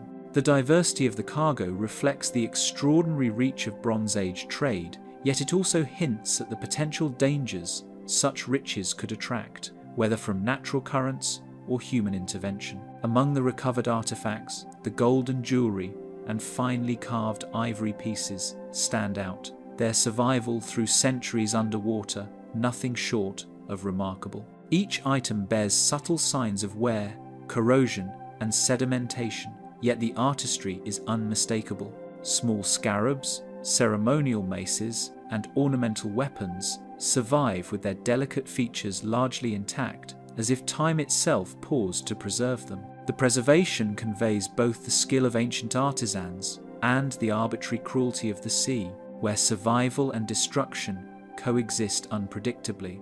Barnacle-encrusted and salt-stiffened, the objects reveal a history of relentless exposure to ocean forces. Divers reported encountering unexpected snags in sediment, as if the sea resisted human interference, making careful excavation a slow and meticulous endeavor. Every piece recovered seemed to carry the weight of its passage, the tactile memory of the voyage, and the abruptness of its end. Handling them requires not just technical expertise, but an awareness of their uncanny presence, a sense that each artifact has endured far more than any human observer could comprehend. Members of the recovery team described sudden ailments and unexplained accidents during the excavation, unusual equipment failures, and a lingering unease near the wreck site that persisted long after dives concluded. While no single event proved causation, the coincidence of repeated misfortunes created a pervasive sense that the cargo was accompanied by a shadow, one that subtly imposed caution and reverence upon all who approached. This aura of misfortune became a narrative almost as compelling as the artifacts themselves. The Uluburun cargo illuminates Bronze Age networks across the eastern Mediterranean, revealing connections between Cyprus, Egypt, Anatolia, and beyond. It demonstrates a sophisticated economy where raw metals, luxury goods, and ritual objects moved along highly organized trade routes. Scholars have traced the origins of individual items, linking copper to Cypriot mines, ivory to African elephants, and scarabs to Egypt, a mosaic of civilization woven together through human ambition, artistry, and commerce. Ceremonial maces and decorated weapons hint at power, ritual, and perhaps the protection of the voyage itself. Their placement aboard the ship suggests careful planning, as if these items were not only commodities, but symbols of authority and guardianship.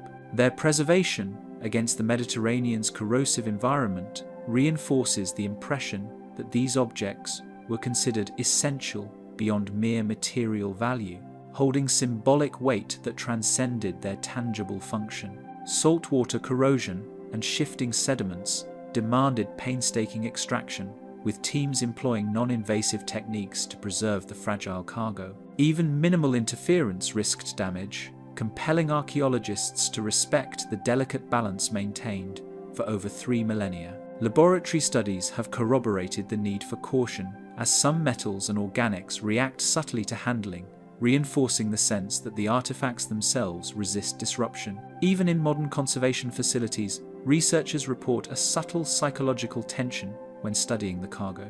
There is a persistent impression of scrutiny, as if the ship's passengers, long vanished, still watch over the remnants of their passage. This intangible aspect, an aura born from the convergence of human history, material culture, and maritime disaster, adds a layer of mystery that no catalogue or report can fully capture.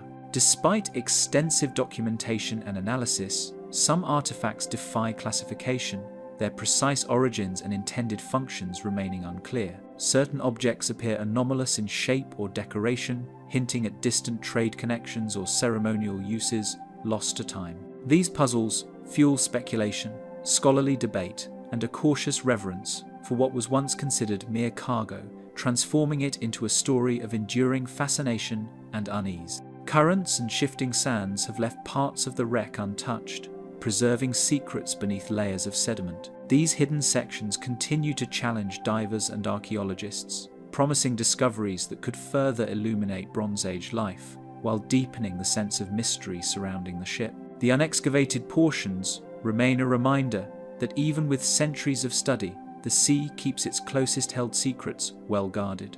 Unlike inland archaeological sites, the Uluburun wreck combines the unpredictability of the ocean with the deliberate choices of human endeavour. The resulting narrative is one of ambition, loss, and survival against both natural and human forces, a rare window into a world where commerce, craft, and danger intertwined. The story of the cargo is inseparable from the peril that carried it, a testament to the precariousness of life and the endurance of objects in the face of catastrophe. Even after careful study, the Uluburun cargo casts a shadow over all who engage with it, a silent reminder that some treasures are guarded by forces neither fully understood nor easily ignored.